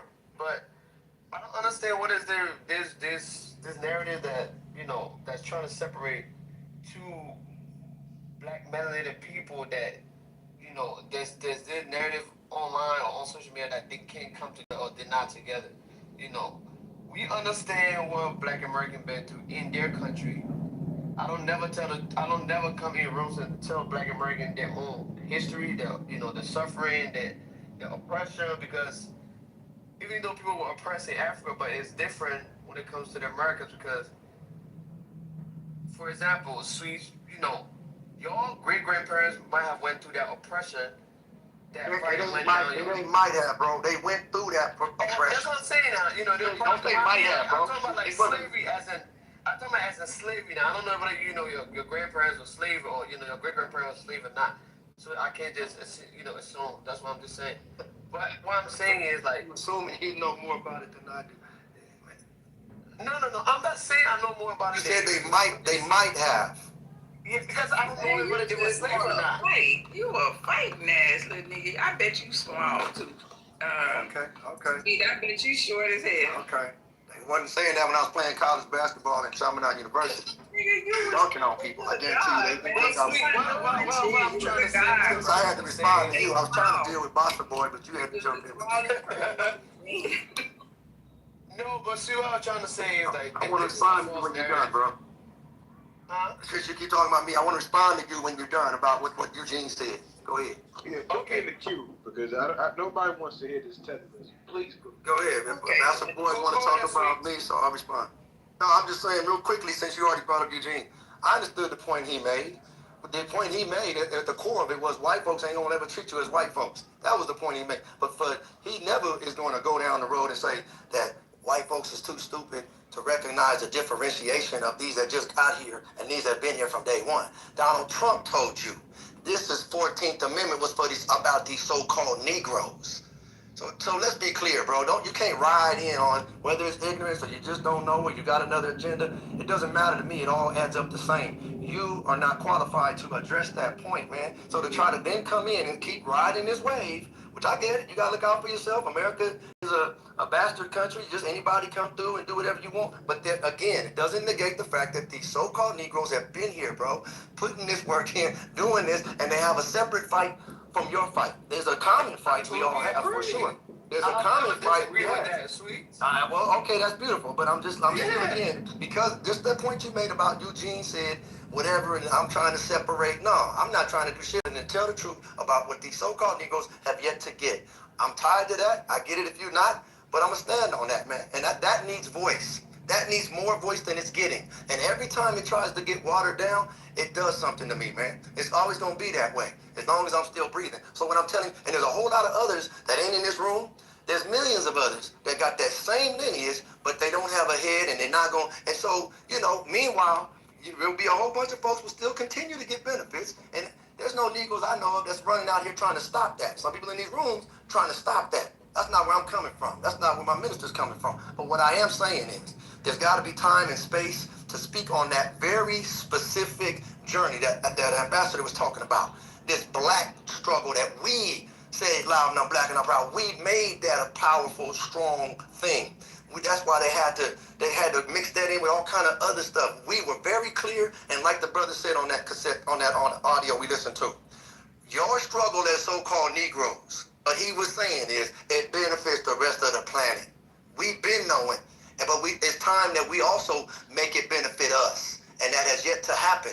So as you try to mix in and we won in our struggle and we all the same, as you're doing that, I get it, you have your individual gripes and stuff, but there will never be a silencing of what that story is about them so-called Negroes, and nobody can tell it better than the ones that can go back to their grandparents and show you on their birth certificates where it said they were classified as Negroes. They're tied to that story, man, in a different kind of way.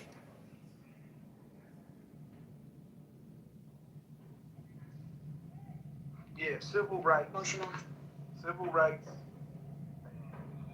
Everything after it, DEI, affirmative action, and all these things under the flat black have totally destroyed, us as Negroes or Black Americans, ADOS, and I agree 200% with Sweet. And this is the key point of it is, when we talk about flat black, what Bossa Boy was talking about, we already did that, we continue to do that, and we started it. We're a group of people on this planet that really took that flat black paganism and we moved it. But now we see that for the majority of that, y'all don't want to fight the same fight that we're fighting. All you want to do is, when there's a small victory in the larger battle, y'all just want to take your little coins and run off on the plug. And what we're just basically saying, we're tired of it. And we're not going to, continue on that road and page anymore. Now, there's a lot of, black folks around the world that believe in fighting the colonizers the correct thing, want to rock out with us. But the majority does not. And when people say, and I love Brother Eugene, but when people say the white man sees us all the same and cannot, tell us apart, and doesn't know who's who, that is absolutely insane. Because if that was the truth, then we wouldn't have these laws that we have. We wouldn't have this immigration problem that we have. We wouldn't have the separation of on the census as Black American, etc. So that's not true.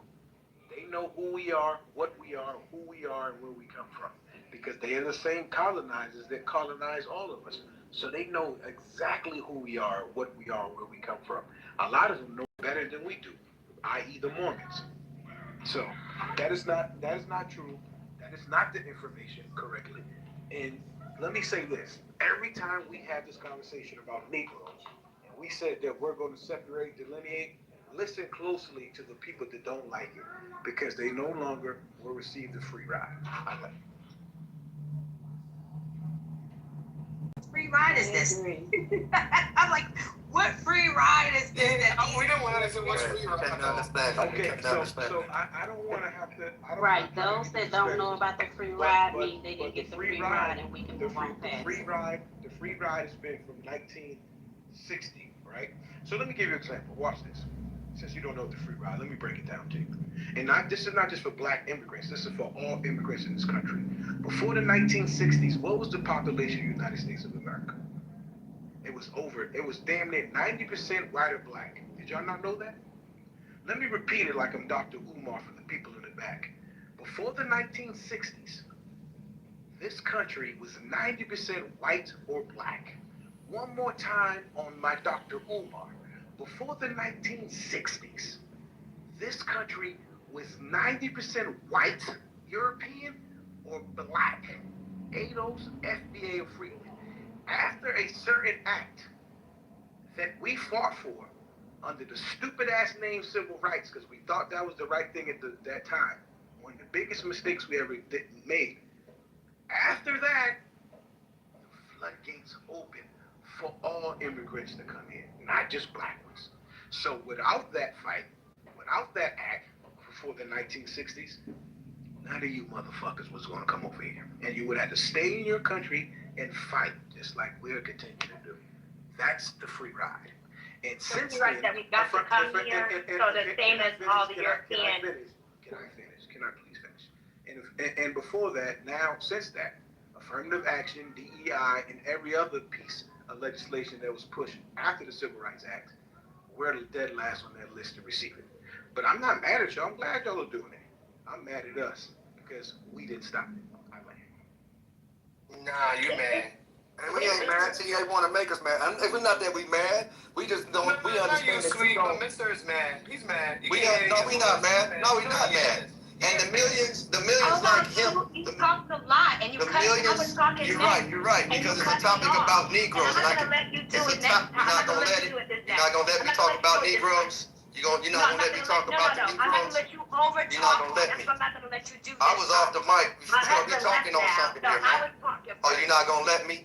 Oh, let me get out your way like a good Negro and let you come like in a gentleman. and You could do it like a gentleman. teach You could us be a about gentleman.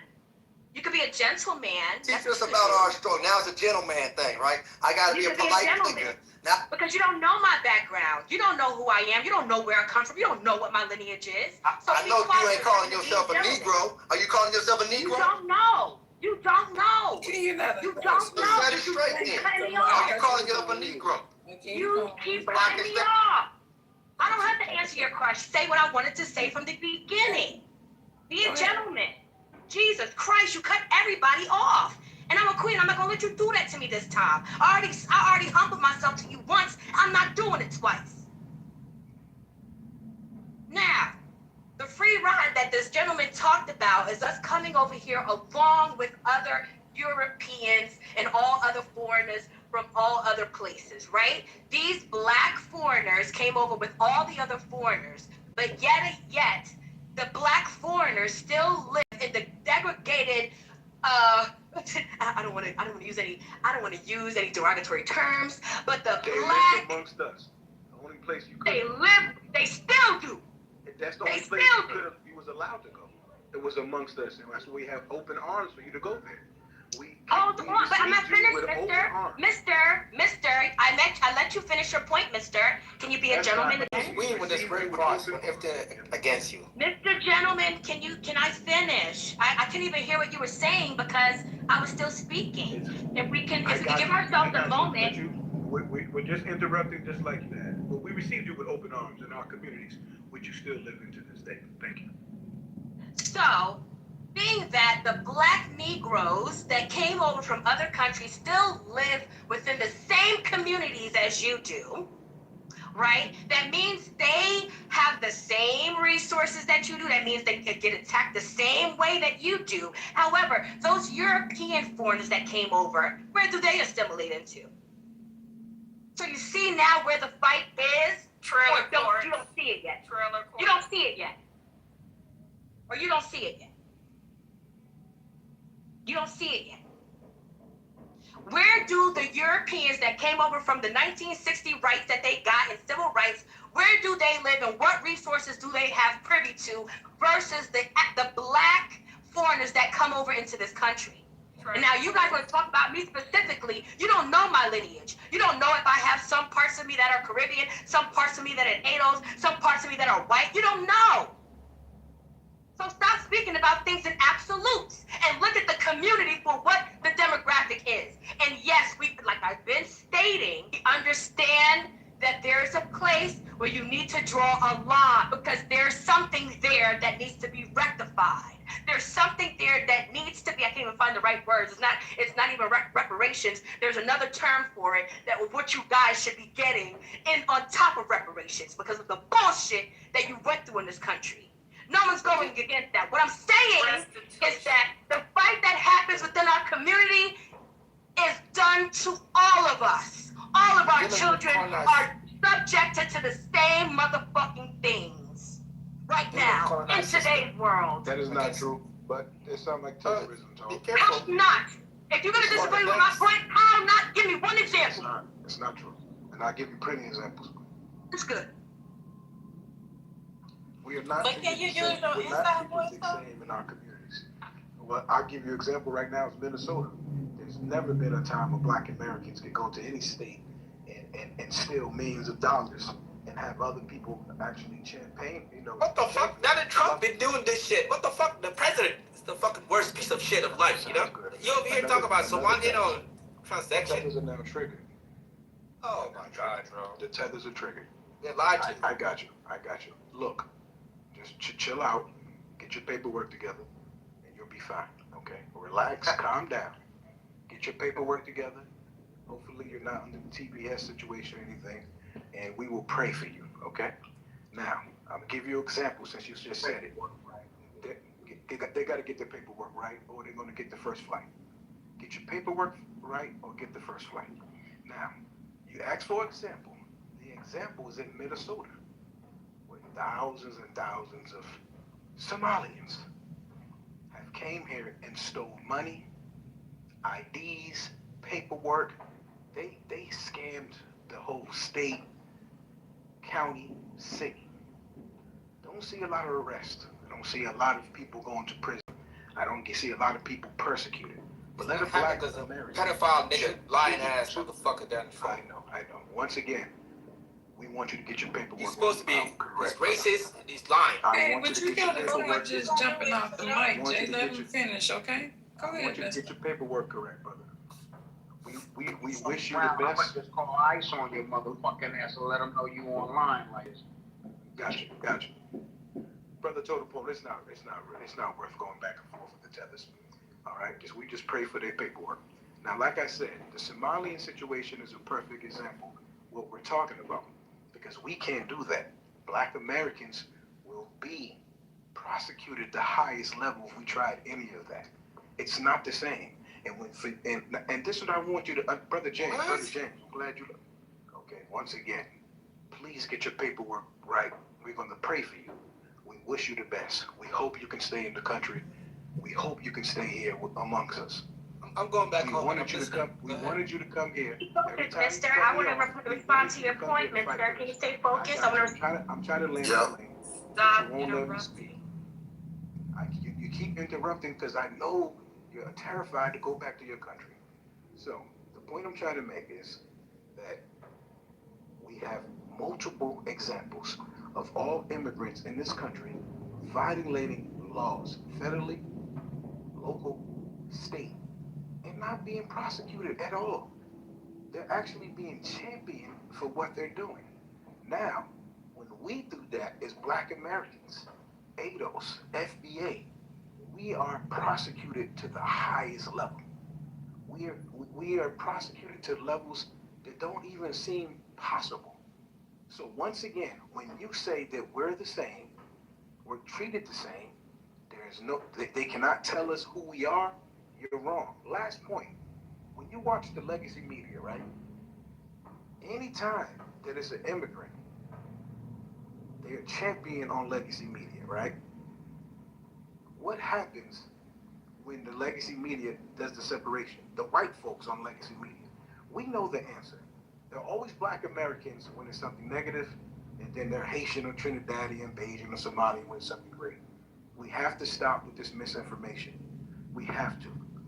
Now, my last point, watch this, James. Since we are wrong with our, submission, what are the tethers doing to work with the Black Americans so we can fight the colonizer here and globally? You're doing nothing. Nothing. Zero. Zilch. You haven't done nothing ever. That's the point we're trying to make you understand.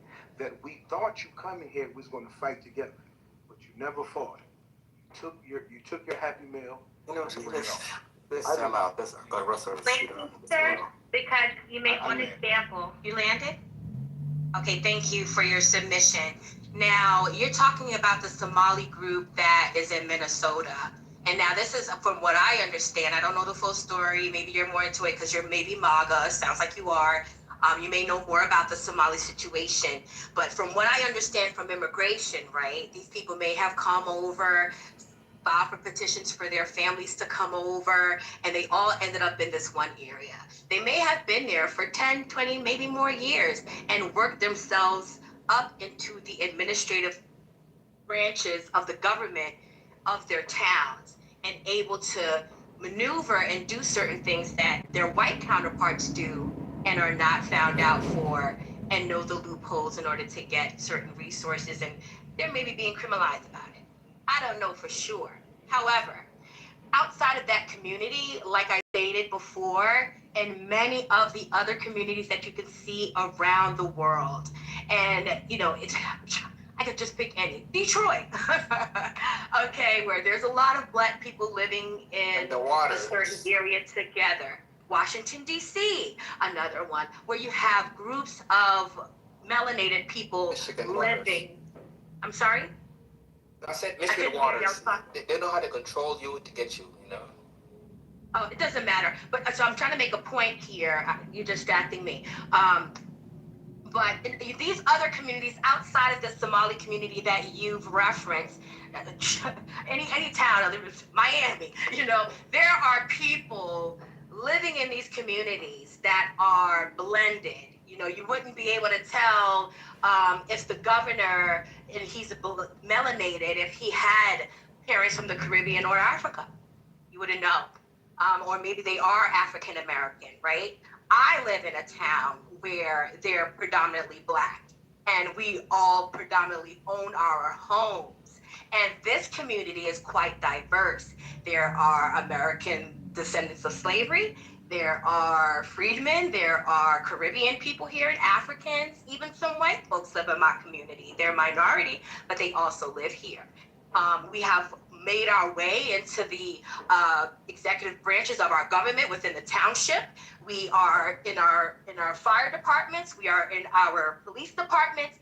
That is how we together collectively strategically move together to raise our community and not segregate ourselves in criminality. I don't know what the Somali community did. I didn't look very deep into it, but I know that there are plenty of examples, and I am living in one where Black people, no matter their background, can get together and fight for a cause, even if it doesn't benefit the Caribbean group. We still fight for reparations for the Black Americans. We still fight to lower the cost of living for all of us within this community. We still fight to keep the criminals and people robbing and stealing and doing things in our community out of it by being each other's neighbors and watching. So I am here to state to the audience and everybody, yes, there are groups of people out there who are negative, who want to be separate, who don't want to work together for the collective benefit of our communities as they exist currently. They exist, and we are here. And we are saying it can be replicated. And that's it. So I would say I'm living here in Florida. I've lived in Detroit, and for this is just a life experience example here in Florida. I live amongst a lot of Caribbeans and whites, Cubans, whatever. It's just a melting pot down here. Best believe everybody brands their flags. They have their days. They have their seasons, they have their months, they brand their flag and they wear them proudly. Even if we have our governor and all of our commissioners, every last one of them are melanated in hue, but every last one of them is from a different diaspora. Every last one of them is not from America, I'll put it that way, not from United States. So, no, none of them, though, are asking for a fight for reparations, though. It would be nice to see that they took the Black plight and fought for it, but I haven't seen that as of yet. However, when Trump said he was going to stop the temporary protective order, they fought for that. They stood for that. But I haven't really seen an actual Black American issue be fought for.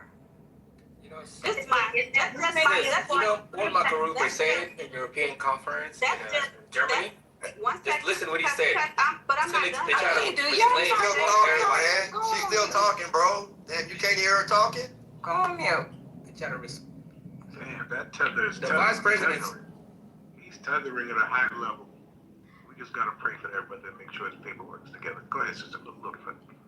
Mr. Wilson, when I tell you I love your commentary. So, I just needed to say that part about just life experience for me. And I think a lot of people on this stage know by now what I do as my profession and what I see every single day. So, and every single day that I work, I give out way more services to everybody that is not me. And it's because of what's been put in place that is still trying to be dismantled. And I land on that because I'm just hearing a lot of this stuff, and it ain't a lot of times that I agree with Sweet because he can be long-winded, but this right here, I tell you, he's bringing it on home. And sometimes you just, hey, I'm gonna give you your flowers today. Today you are a prodigy, point two or whatever, because you're bringing it home today, because I need them to get the difference and stop trying to incorporate yourself into the difference and just understand the difference. Stop trying to tell us about the difference. Stop trying to tell us your story of the difference. Understand this difference and quit getting mad because it's our experience. Like, please stop having attitudes about it's our experience. You can't be madder than us. But you can show empathy. But you can't be madder than us with your full chest out. Anyway, I'm gonna go back to work to helping all the people in America. Hey, little brother, can I get in line? Can I get in the back of the line with the Negro conversation? Is that okay? Can I let everybody else go in front of me so they can speak what's on their mind? And can I get in the back of the line like a good Negro, a polite person? Can we please have the floor back? Y'all just have so much chaos. I just wonder if I can when I can speak. Okay, yeah, we hear you. We got you. I want to get a number with all the other black people. Thank you.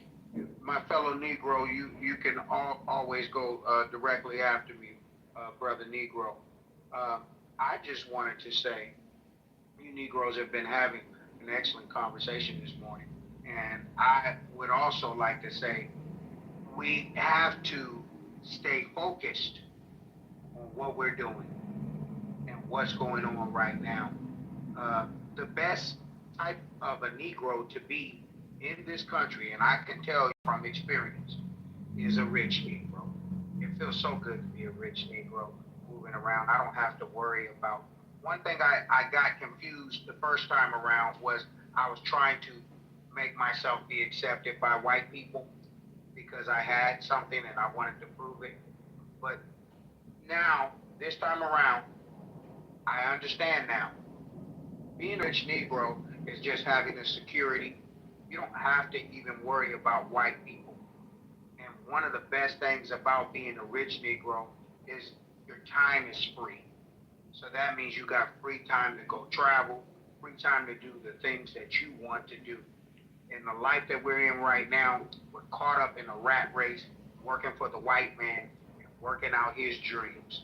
It's time for us to start working on Negro dreams. I like that. I like the ring of that. Start working on Negro dreams and not working on white man's motherfucking dreams. So what we need to be doing is we need to be working on AI. You know what else we need to be doing?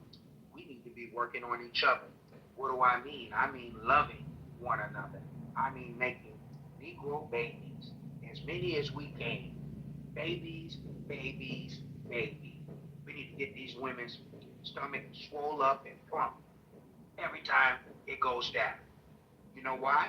Because we're making more beautiful Negro people. And not only that, we're making all these Negro people using AI, getting rich, so they will be rich young Negroes all around the land. And with that, I land as a smooth black Negro. Smooth landed. Yeah, okay. Make sure you marry those women, guys. Make sure you marry those women, please. Don't just knock them up. Marry the women. Marry the. Thank you for your advice on proliferating Negroes. Thank you. And so, and so, again, you know, when I went to South Africa and when I went to Kenya, you know, and the Negroes that I know that live in Ghana now, from America, you know, what I know never was in my spirit that I see in these people's spirit to come over here. Not once when I was in Ghana did I have a thought to start jumping in, knowing my struggle in America, knowing our people's struggle in America. Little feather. Not once when I was in Ghana, or when I went to the shanty towns in South Africa, or when my brother is dealing with the Ghana, you know, that's living over there, and sisters that's over there now. Not once is it ever an energy of our struggle over here together in Kenya. Ain't no way I'm gonna come off my breast. This is what I love about these so-called Negroes. You got enough sense to realize, damn it, you ain't been over there in Nigeria. You ain't been over there in Somalia. Give a damn they let you in and come in and you there for a generation or 2 or 3.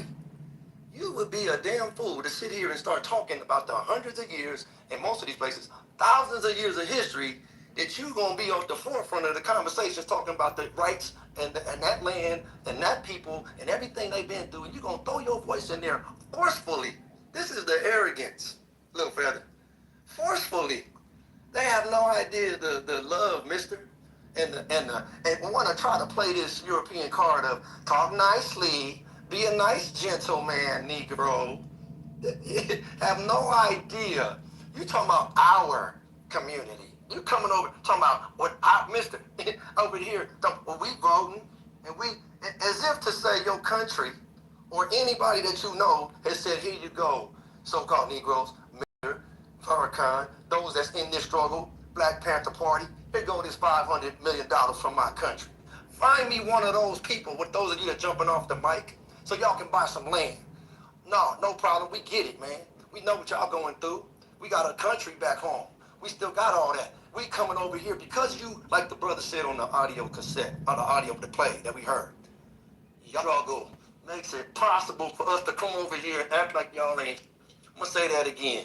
It's y'all struggle that allows us to have a life over there, and you don't even have the common decency, the courtesy to put your damn emotions in check. And you know you read some history before you got over here and your people got here. You have some idea about this chattel slavery and all this that's happened.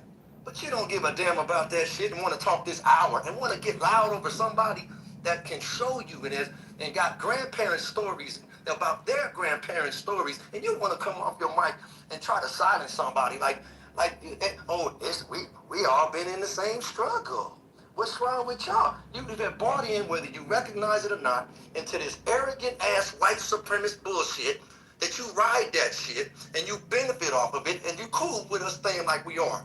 Not putting no fingers to the plow, ain't coming over here getting no land for us, doing none of that shit. Not once. If you can prove me wrong, I'll stand corrected. Show me the millions of dollars that you or anybody else has bought so that these Negroes can have that land free and clear for themselves. If you want to talk about you in this struggle with us. So in the meanwhile, yeah, like Donald Trump knows, he definitely knows how to differentiate. He know the game he playing that you can't see, obviously. That, yeah, you ain't part of that 14th Amendment conversation when that conversation was going on. And as they keep moving the bar, and then you get the benefit of the 1960s, like my man said beautifully. That fight, that struggle, you wasn't there when them water hose was being put on and them dogs was over there, and that's just a small piece of what you was captured on a video. You wasn't being burned at the stake. Nigga, well, you want to come up in here and raise your voice, you should be real careful in this hour. Because God is straightening the record out now. Whether you understand it or not, you should be real clear about what's your lane and what's not your lane. Because you're going to mess around and be in the wrong place at the wrong time when everyone out here is trying to survive. And they're trying to say, we all the same. Bullshit. Our stories are different. Yours is yours, ours is ours. And I'll be a goddamn fool to go over to Kenya or anywhere else on this planet talking about, yeah, I've been in Japan all this time. Yeah, we all in this shit together. No, I'm not. I'm brand new to that country. If I've been there a generation or 2 or 3 or 4 or 5 or 10, I'm new to that country. And I should be true to what has made it possible in that country. No matter what that looks like, man. Okay, okay. Now, let me bring a little bit of, wow. Let me bring a little bit of balance to this, okay? So, that people in the audience don't get mistaken for thinking that Black Americans, indigenous to this land, that they are thinking that we are just cherry picking and we are just throwing people under the bus. Let me show you how this shit works. Diabolical, what I'm breaking down. I'm prompting the shit out of my AI, and it is just feeding me the information. Let me show you how the Black community, the indigenous community, has been on the bottom by the biggest percentage for the longest time. I'm gonna break this down for y'all. Y'all just bear with me for a second. So I wanted to ask, I said, inside of the $19 billion worth of fraud, yes, billion with a B, $19 billion worth of fraud that they found. A billion. Wow. How indigenous Black community here in the Americas, the ones that have been here. Now, when large-scale fraud occurs within social programs, the impact of the broader indigenous Black American community is both immediate and long-lasting. Y'all follow me with the wordplay, long-lasting. While the headlines focus on the lavish lifestyles of the defendants, the actual victims are often the low-income families who rely on these programs. Now, break it down for me, Gemini. Tell me about these programs. Now, we've got one specifically that the Somalians targeted, and not just the Somalians, the Kenyans also. Throw the Nigerians in there too. Sorry, this is what the numbers are saying. This is not James King. Now let me tell you guys about a program that was started for the low-income Black community specifically. It's called Feeding Our Future. The scandal and related frauds in Minnesota have hurt the community in 4 primary ways. Now watch this. This is diabolical, guys.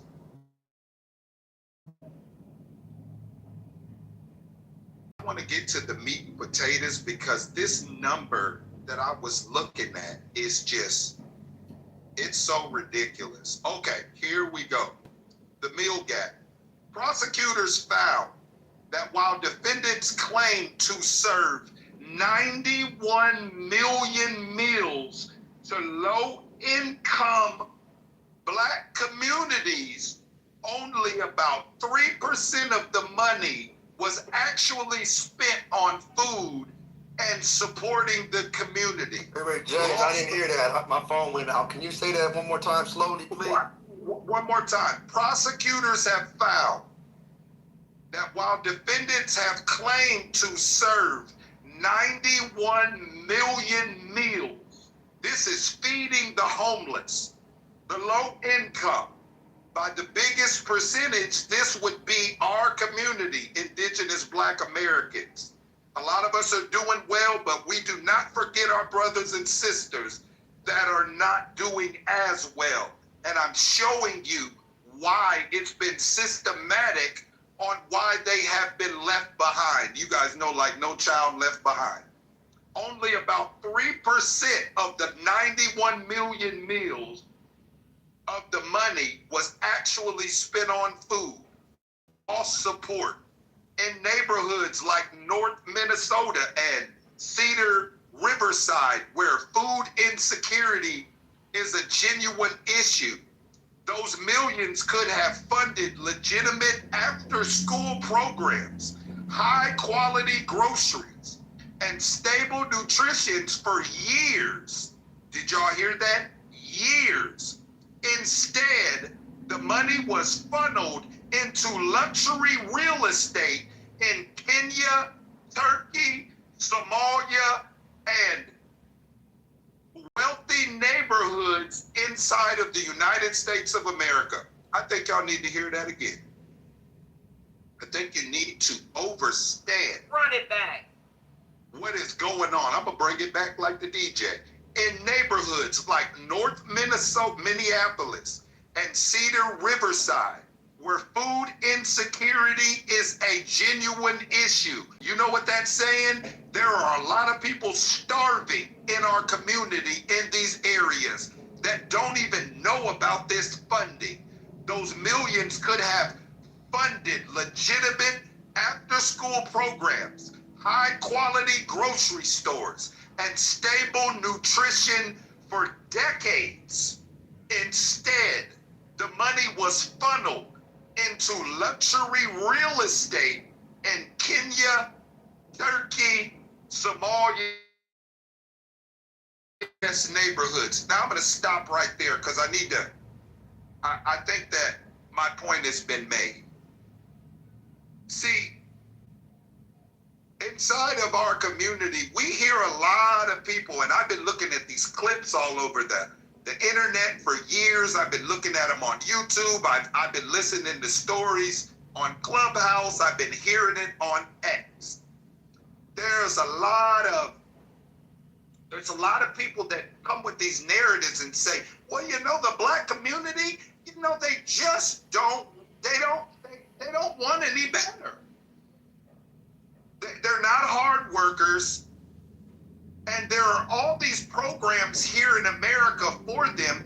They just don't have the common sense to take advantage of these programs. All of those things are fallacies and they're lies.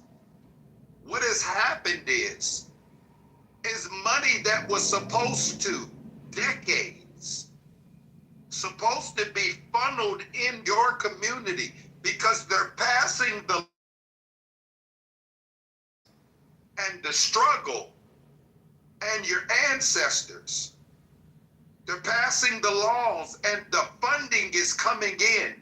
The paperwork says this is Black indigenous community. We have seen as loopholes where now they have allowed people to come in and attach themselves to us for the benefit of the funding. So now we are seeing you're not starting businesses. No one was working at these businesses in Minnesota. You guys are stealing. And then you're sending the money back. Hold on. You're sending the money back, not James King. Instead, that money was funneled into luxury real estate. Do you guys hear what I'm saying? Luxury real estate being sent back home. So you're setting up mansions. You come over to this country, you tell our people, and you tell the government, we can't live in our country, it's too dangerous. There's not enough opportunities. But the truth,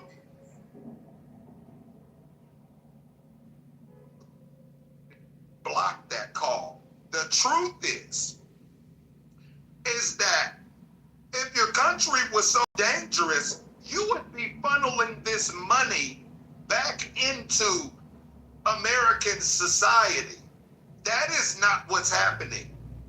You're taking money that was meant for low-income people, and you're building super mansions inside of your country. You're building up your own communities back home. And you're driving past our projects. You're driving past Section 8 and hood neighborhoods. Screaming out, Arcatas. Yeah, and you're laughing at our people. And it is disrespectful. Those broke Arcatas. Now I'm getting, because I didn't get the full picture before, on what is happening inside of New York. What is happening inside of the South Side and the West Side of Chicago? What is happening in Houston, Texas, New Orleans, Baton Rouge, Dallas, Texas, Miami-Dade County, Tampa Bay, the pork and bean projects. See, now I get it. Don't let me leave out California, Watts, Compton, South Central. Now I get it. The money's being taken in our name. It's supposed to be benefiting and helping these single black women or women with children, these single mothers, and these black men who have fell on hard times and they're just trying to work their way back. Tomatoes, salsa verde. I don't know who that is, but please go back on mute. I'm going to land this UFO. Thank you. Got a lot of triggered people.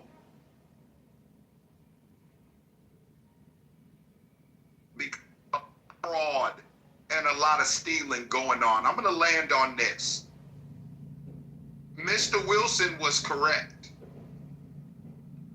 That if we pull the things that you guys are allowed to pull in this country, me and Mr. Wilson, our whole life will be ruined. You broke accountants. You broke accountants. They will take me and Mr. Wilson, what we have worked for, certificates, degrees, they will hit us with fines. Utopia. Next time he come off the mic. They will hit us with fines. Will systematically probably ruin the rest of our lives. What happens with you guys is you get to funnel this money back home. You get a slap on the wrist, and then taxpayers are paying for your tickets back home. Donald Trump is sending you back to the crib, but he's paying for it. See, if you're really for the black community, you would speak out against this unrighteousness.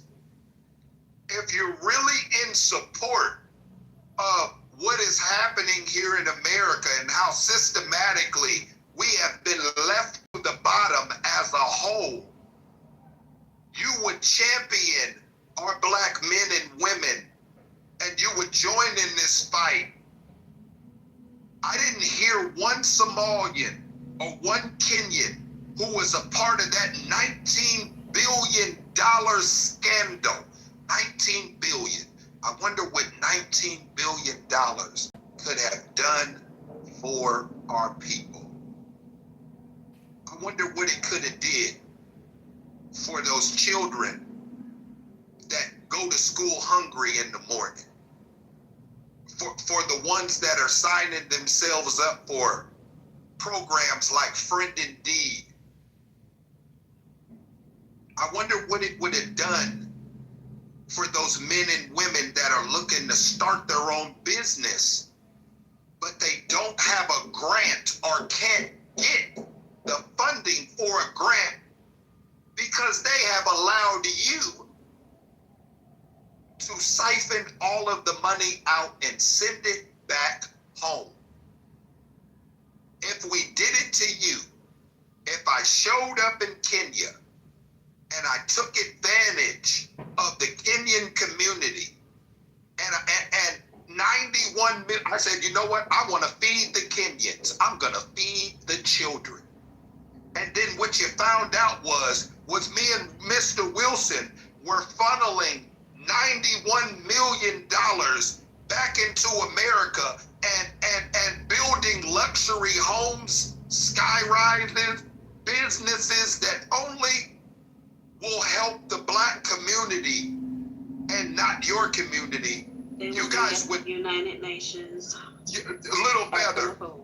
Oh my God. They would to be brought up against all of oh my God, Little Feather. They would burn our property down, and they might even kill us. And I couldn't blame them. So when you hear about our community up in arms, you should understand by what I just read why that is. I'll land on that. Just say one thing. As you describe all of this, Gave to the money. Where did they get this money from? hold on, Sage. As he describes this, I just want to say this. A part of me asks myself, why haven't we been taking advantage of any of this and hitting licks? You know, because to be honest with you, and I'm gonna be real honest with you, the only ones in this country that are trying to do things legally and the right way are black Negroes. I mean, nobody else, none of these white people, none of these Africans, nobody that is in this country is trying to be upstanding and right. Because we're the We only, know the consequences too. Jamal, we're the only people. Hold on, I'm gonna let you add on to that, bro. Don't add on to nothing. Let him go. Jamal waited for like 2 hours ago. Go ahead, Toby. And my thing is this, and I'm gonna give it back to you, RJ, because I know you talking good sense, and Mister, and all of y'all talking good sense. But I just want you to understand, I'm fucking with some people right now, Serbia. These motherfuckers, or wherever they from, right? If they want to start a motherfucking LLC, because their MC number ain't good no more, they don't give a damn about that. They're not tied to no damn MC number or no LLC. You start another one, and you start it over. Who cares about bankruptcy? We sitting up here talking about Donald Trump having 7 bankruptcies. They don't give a fuck about that. I'll run it up. This is what they do. This is what these motherfuckers do. This is what these thieves do. Run it up. We gotta open up our eyes. We really gotta open up our eyes and see what the fuck is going on. It's not up to us to be the moral police for these motherfuckers. It's time for us to get paid. We're not the moral police for the United States of America. You bend the law and don't break it. Bend it. What's that mean, Jamal? That means I'll run up $1 million in credit on ABC LLC, and then when that's gone, I'll start CDF LLC and run it up again. And then you know what I'll do? I'll start XYZ LLC and run it up again. He ain't lying. I don't give a fuck about this. They don't talk. Why are we trying to be so moral? It's time to use this goddamn AI and create as many fucking businesses as we can. It's time to create business. Stop working for these white motherfuckers. I learned anything I'm doing now is 1099. And you know what? I'm writing all that off and I'm not paying no goddamn taxes. They said I made $150,000. Good choice, I'm writing boy. that shit off. I'm writing it off. You understand what I'm saying? You know why? Because they don't give a fuck, and that's what they doing. So why should we stand on the sideline with our hands in our pocket, watching everybody else take briefcases of money out of our country for mother child care? Why we ain't running our own child care shit? These motherfuckers is selling food stamps. We ain't really sell no food stamps no more. We ain't got our hands in no dope. We ain't got our hands in no type of business. Come on, man. Niggas gotta get off the sideline. I'll land. Open some Lyrian centers. Yeah, bro, when you were saying, like, as far as us, like, being or attempting to be the most law-abiding citizens, I mean, the reality is we're the only people that came, you know, that's not far removed from a slave trade, right? And we have a constitution that created an amendment literally designed to put us back in slavery, right? They was talking about us. Like, who else would they be referring to during around the Constitution time? Scared money don't make money. No. Listen to what I'm saying, bro. Listen to what I'm saying. I'm not. First of all, Jamal, I agree with you. Jamal, I agree with you. Jamal, I agree with you. When you talk about that business shit, bro, I agree with you 100%. I'm not against that. I'm just talking about the reason why our people specifically is more. I mean, the prison system has destroyed our community the hardest. We understand consequence a little bit different. He talking about how different we are than all these other cats that just came in and how the story's different. Ain't that right, RJ? Yeah, like we understand I don't know about y'all. I literally spent my first 13 years of my life visiting 2 uncles in prison. You know, like, and I'm an 80s baby. And I'm sure if anybody that's an 80s baby from a metro area like Chicago, LA, New York, Atlanta, you had some people, when they talk, hold on, we talking about, the crack era and all the money and all these fucking documentaries that's out today that's glorifying that era, that came with us having men in prisons. That's right. The whole rest of the black community suffered behind that. All the other black folks, Somalians, Nigerians, got caught in all that, RJ? You said what, brother? Nah. Did all the Nigerians and Somalians and every other people that's black, they got caught in that same thing that affected them so when I was coming up going to them prisons, only black people was the Muslims. They was straight, they was black. You may have absolutely not true. You may have some Caribbean. Tell him hold on, true, girl. Hold on. Now you may have some Caribbean. Fuck you talking? I ain't gonna hold you. No, we have people in this room. It's New York. It's New York. So you may have had some Caribbean man to tell him. Hold on. It's New York. So you may have some Caribbean sprinkled up in there, but it wasn't a lot. It was not a lot.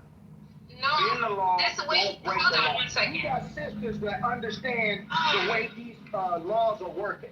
Right now, we got sisters that are educated that can tell you, you know what? Well, Mel, hold on. I'm confused, Mel. Okay, so like you're trying, like are you attempting to say that that's not true? I can't talk over people. Do this or do that. Let Mel go. Like I don't even know what she comes to be mad about. The loopholes. There's loopholes to all this shit.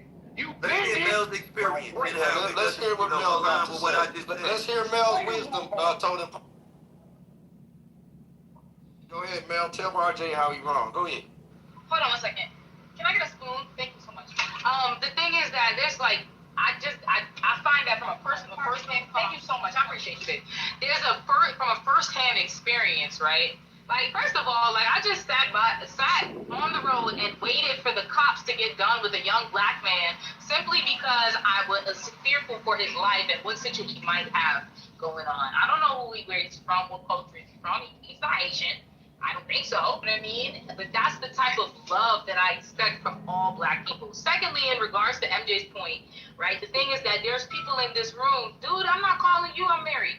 There's people in this room who they're actual, and I'm not going to say names because that's too much, but I know from firsthand experience who are of African descent, whose parents came here, they integrated society, and they went under the prison industrial complex for selling crack. Selling all types of drugs, not just in your community. I know Haitians, right, who do the same thing. Even in hip hop, we have examples of that. But real life Haitians and Africans assimilated into black culture and got caught up with the same drug situations that you guys got caught up with, right? But in their case, they get deported for that if they're not American. So maybe that's you don't have as many issues because people who do those type of crimes that are not from this country, you get instantly deported, right? And so this idea that there's no Africans and Haitians who are who've gotten in trouble for drugs and gang and violence and it's disparaging as far as black men in the prison industrial complex, that's simply not true.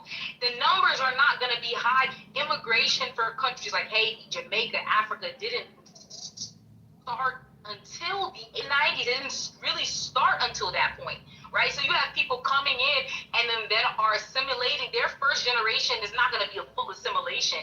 It's second generation assimilation that you're seeing, right? And that's really the 90s and 2000s. And there's tons of people, and I don't want to call out no names, but literally in this room with us every day has that lived experience of being from another country and watching their siblings fall under the prison industrial, right? Okay, so I just don't think that's one entirely big, but you also have to keep into fact that immigration of black immigration didn't start until the 80s and 90s. Thank you. I'm how Right. much time So do you Mel, think the hold on, person hold on. after She responding to me. city? Hold on, How bro. much She was jail responding to time me. would you Mel, get? she was responding to me. 1 second. Jamal is my name.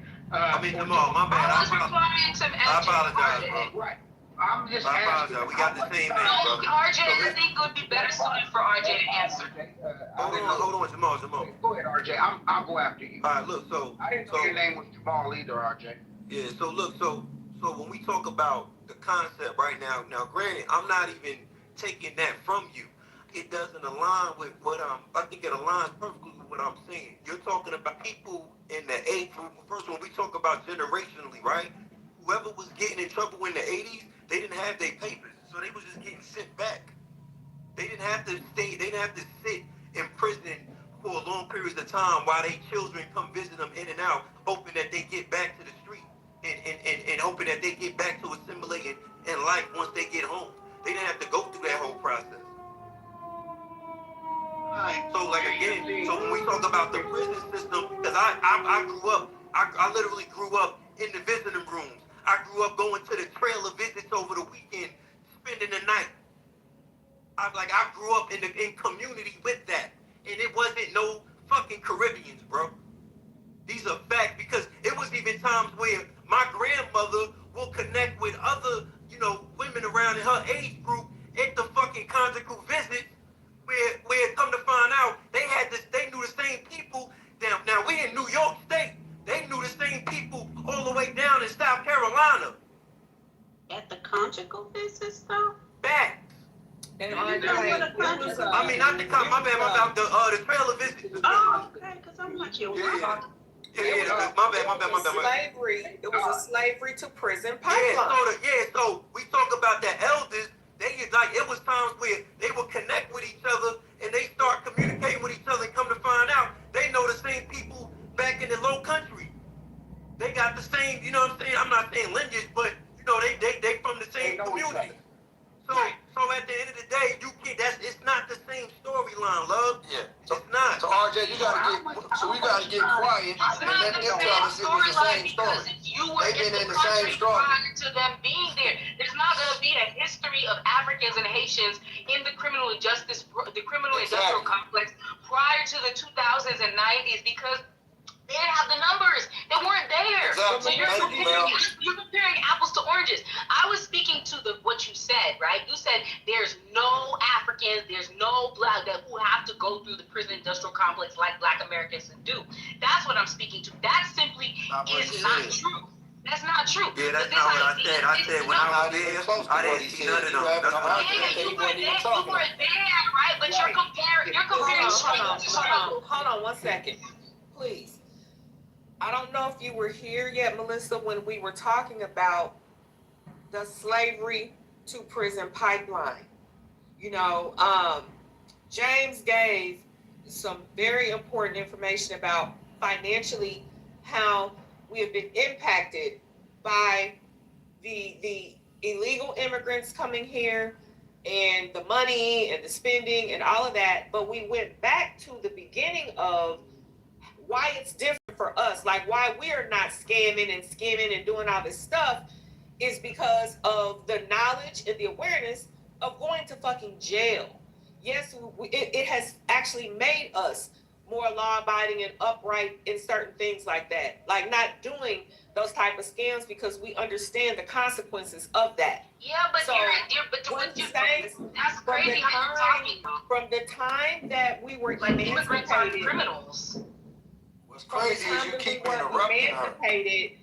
From the time that we were emancipated, from the time that we were emancipated, they already had a system in place to basically put us back into captivity. And they were building from that standpoint. You know what's strange with this whole conversation? When you listen real closely to the interaction, right? Everything that she's saying, nobody's disagreeing with. Like everybody's granting her reality and her experience, but she's not granting us ours. Well, It's not. here's what I'm saying. Stop. It's not agreeing with your reality. It's blanket statements, right? Like what Fifth just said is like, well, we don't partake in criminality because we're afraid of the prison. That's not statistically. That's not true. Melissa, we were not talking statistics at that time. Yeah, but this is no. Don't get triggered, Melissa. Don't get triggered by some shit that went on in a whole nother room or a whole nother conversation. That has nothing to do with us. Stop saying that has nothing. Whatever you heard in another conversation, no, because you don't have the right to come in our space and being triggered over some other shit. You don't have that right. You don't have to tell me what. You don't have the right to tell me what to do. You can't tell me. We don't want to deal with your extra shit. We don't want to deal with your trauma that you got from another conversation on Clubhouse. Y'all, this emotion. He ain't even trying to talk about it. You don't have the right to tell me nothing. We ain't got no right, RJ. We don't want to deal with your shit from another room, man. This is ridiculous. All right, so we're going to move along in the conversation, and we're not going to backtrack. Whatever argument you have, it's over with now, you all. We're moving on. No, but this disrespect. I like moving. I don't like people that's asking for respect, but don't get it. Right? So I haven't disrespected anyone on the stage at this point, right? So please, don't disrespect me. Right? All right. Thank you. And just to be clear. Oh, shit. My bad. Go ahead, sis. I thought that was something else. Nah, that's all right. And for the sake of the conversation to the room, yes, we are intellectual prodigies. And we have common sense to know that we all make statements that are sometimes blanket and generalizing. But you would have had to have been here from the very beginning of this build to understand where we were coming from and the point that was being made. To RJ's point, we are not negating anyone else's experience. We're not saying that we don't engage at all in criminal activity. The question was, when James did his report, why is it? Jamal mentioned, look, we sick and tired of being these law-abiding citizens, not taking advantage of these scams and da-da-da-da. But here's why. RJ was telling us why we typically don't. So yes, it is generalized, but we weren't using statistical data. At this time, we're talking about our experience. Look, I just want to say one thing, and that's this. I'm not telling people to go out and buy kilos of dope or break laws. That's not what I'm saying. Clean that up, Totem Pole. Clean that up. Can I please just speak? What I'm saying is we have to understand the limits of the law, and we have people who know the law. Crystal knows the law. Fifth knows the law. There's women in your community who understand the law. There's men in your community who understand the law. We need to be approaching this from a loophole format, because that's what they're doing. They're looking for loopholes. Nobody's trying to break laws where they spend 20 and 30 years in prison, because they will put your black ass in prison, and we know that. But what we need to be doing is riding right on the edge. Right on the edge. It's a razor thin edge. And that's where we need to be moving. And where we need to be moving with that is through AI. Like I said, it's not illegal to start another LLC. That's not illegal. It's not illegal to run up your business credit until it ain't no more good and start another business. That's not illegal. It's not illegal to run your credit up, giving it to your friend to run up their credit. That's not illegal. It's not illegal for us to work together and put a plan together through AI and follow it step by step together. It's not illegal for us to work as a community. That's not illegal. You know, one of the things that the Somalians were doing that was so cold about what they were doing They had their women on welfare while their husbands are still there. We do that all the time. Their husbands is coming home every night. They got a community structure where they taking one woman is receiving all the money from taking care of these kids. And it might only be 10 kids or 15 kids. And then they routing this shit through somebody who's in the office that's working in the government. And they're working together. It's nothing wrong with working with each other. One of our biggest problems, the Mexicans do it all the time. If I get into a job, if I go into a warehouse job and I am the one at the top and I set the pay scale, right? I'm making sure all of my people get in. That's not illegal. It's not illegal to have the whole neighborhood working at one place because Jamal is in here, everybody's in. That's not illegal. You understand? They do this shit all the time. It's not illegal for Little Feather to be an apartment manager at brand new apartments. And for Little Feather to put every one of us in one of them that needs one, or our daughter, or our son. That's not illegal. Some of this shit isn't illegal. You ride the edge. We need to be thinking of us.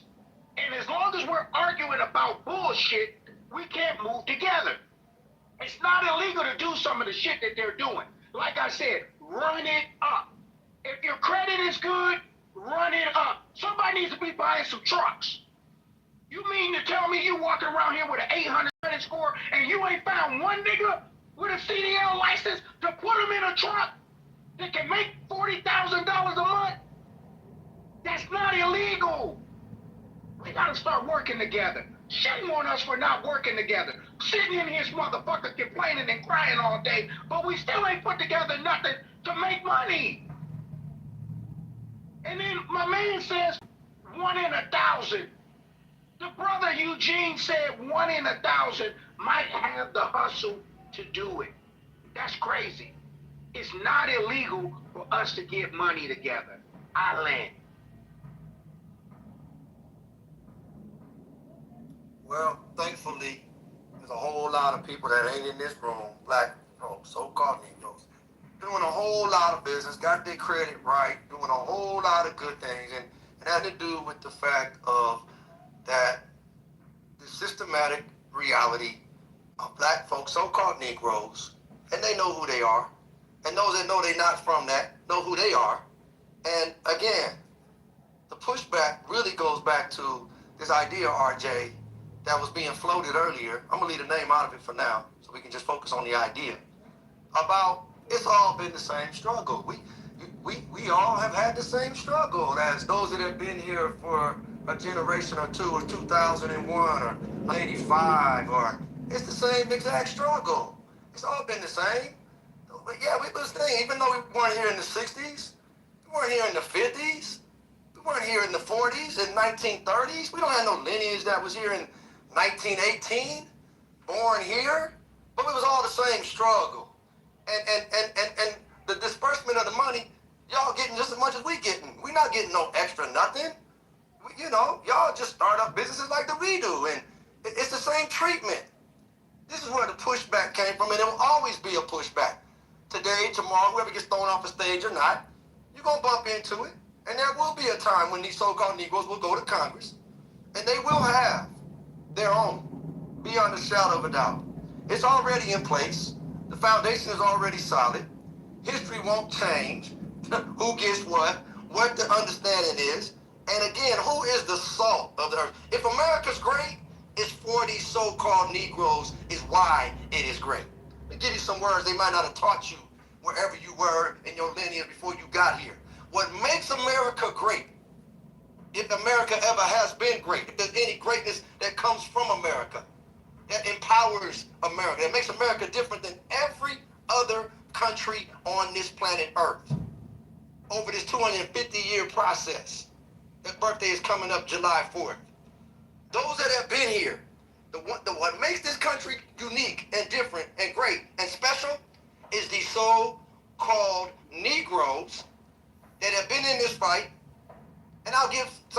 sure, to the natives that have been here. And those are two separate groups. And so the reality is, those so-called Negroes have yet to get some land, some territory, like my native family has gotten.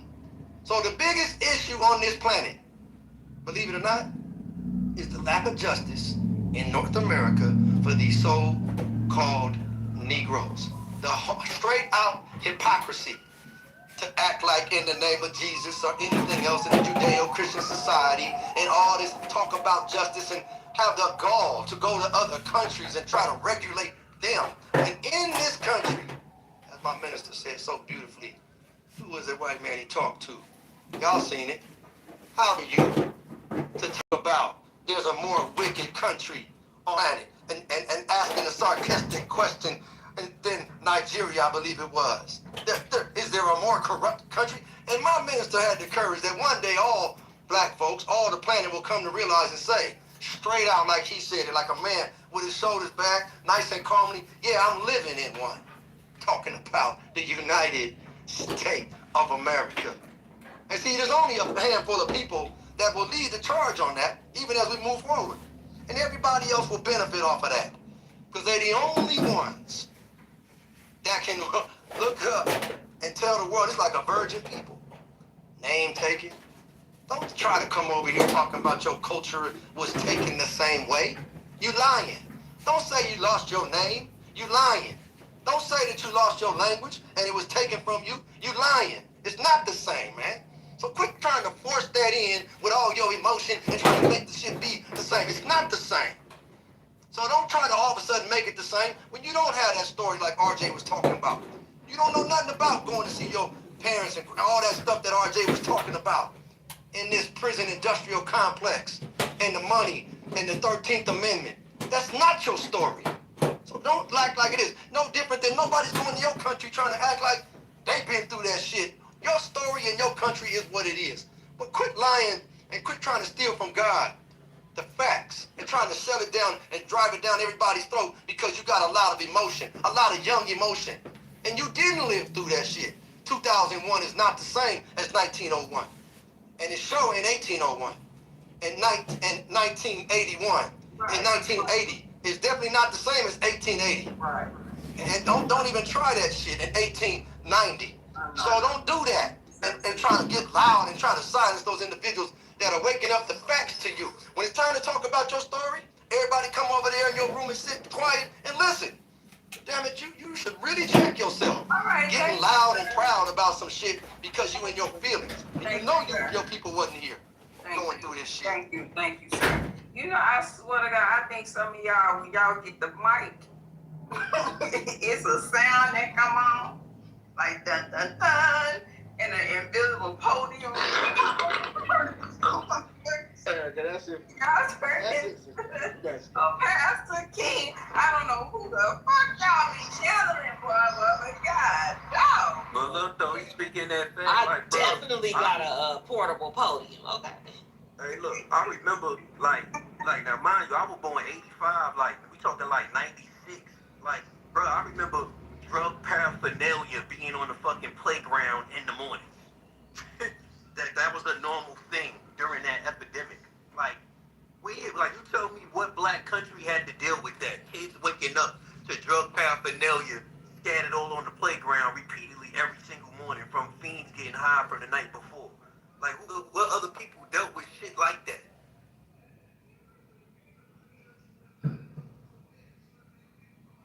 What is going on, bro? Yeah, if you can't relate, then like this ain't for you. This is for metro areas in America that had to deal with the crack epidemic and the children that was raised through it. That's what this is. This is Black history. The fuck is you talking about? Ain't this Black History Month? Can I get in off of? We can't get into Black History Month? Goddamn, it's still February? And put me in the queue too.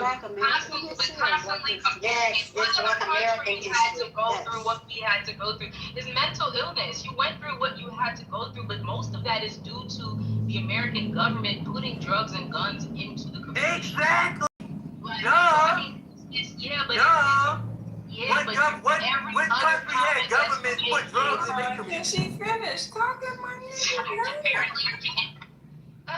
Like it's the constant comparison, right? Like what the CIA and FBI have done. That's not to say they haven't done it in other countries. It's just there's a larger black community in this westernized society. There's drugs being passed all over Latin America, right? We see it with these people are literally dying at the hands of cartel members Exactly. right now. So I mean, I'm not saying that like this idea that the only people who went through drug epidemics are in one area. That's not necessarily true, right? And then when you're talking about trauma, like, yeah, okay, you went through crack, but also I don't like comparing one person's trauma. Yeah, I've been through worse than you. It's one thing to acknowledge the things that have gone on in America, but to be mad that other people in other countries didn't have to go through that type of suffering when they had their own. No fucking shoes, no schools, no universities, no access to education, violence against women, no, like, you know what I mean, dying at the hands of their own government, literally being killed and having to leave their country because they're being killed by their own army.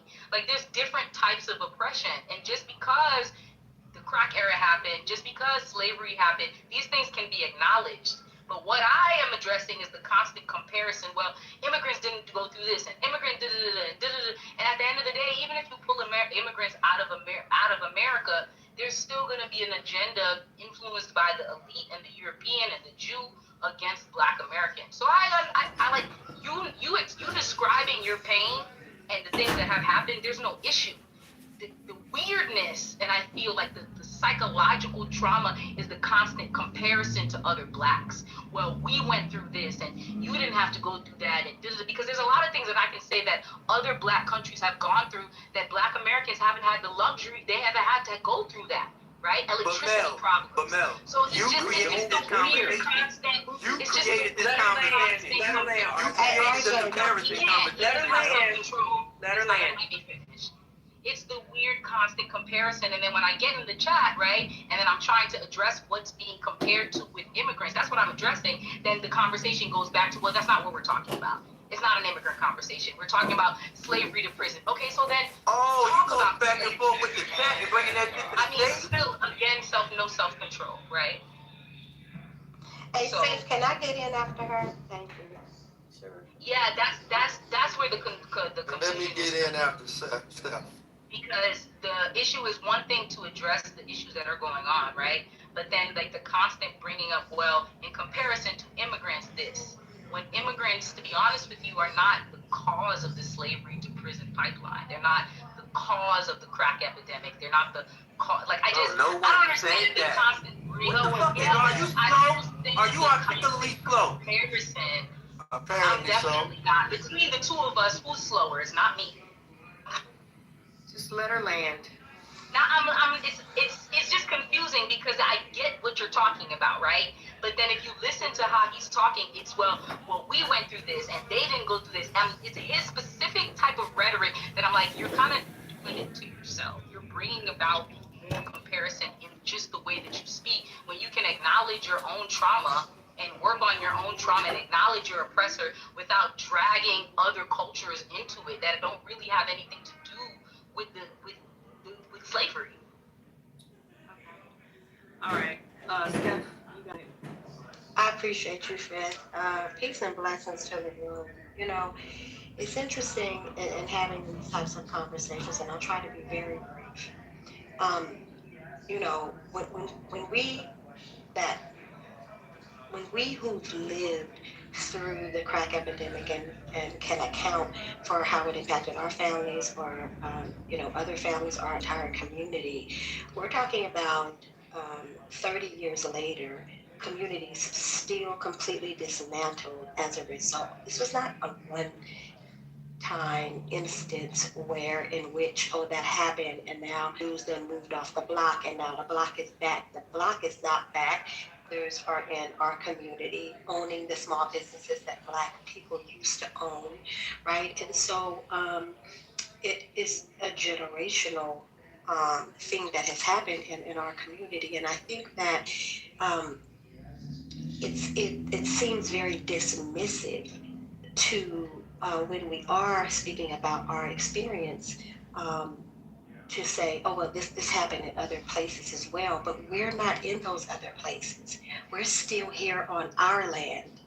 We're not in those other countries, because if we were, then we would not open our mouths to tell people what they should be doing.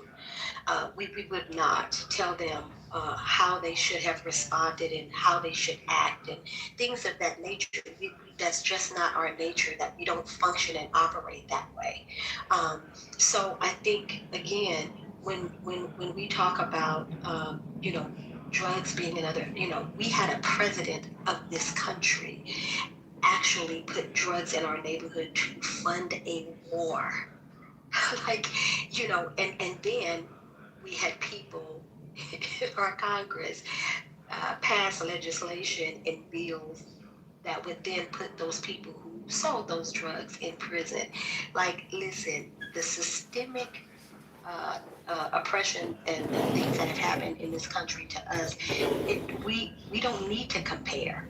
Again, we're speaking about experiences in a land that is ours and that we still occupy. I think there's a distinct difference in that.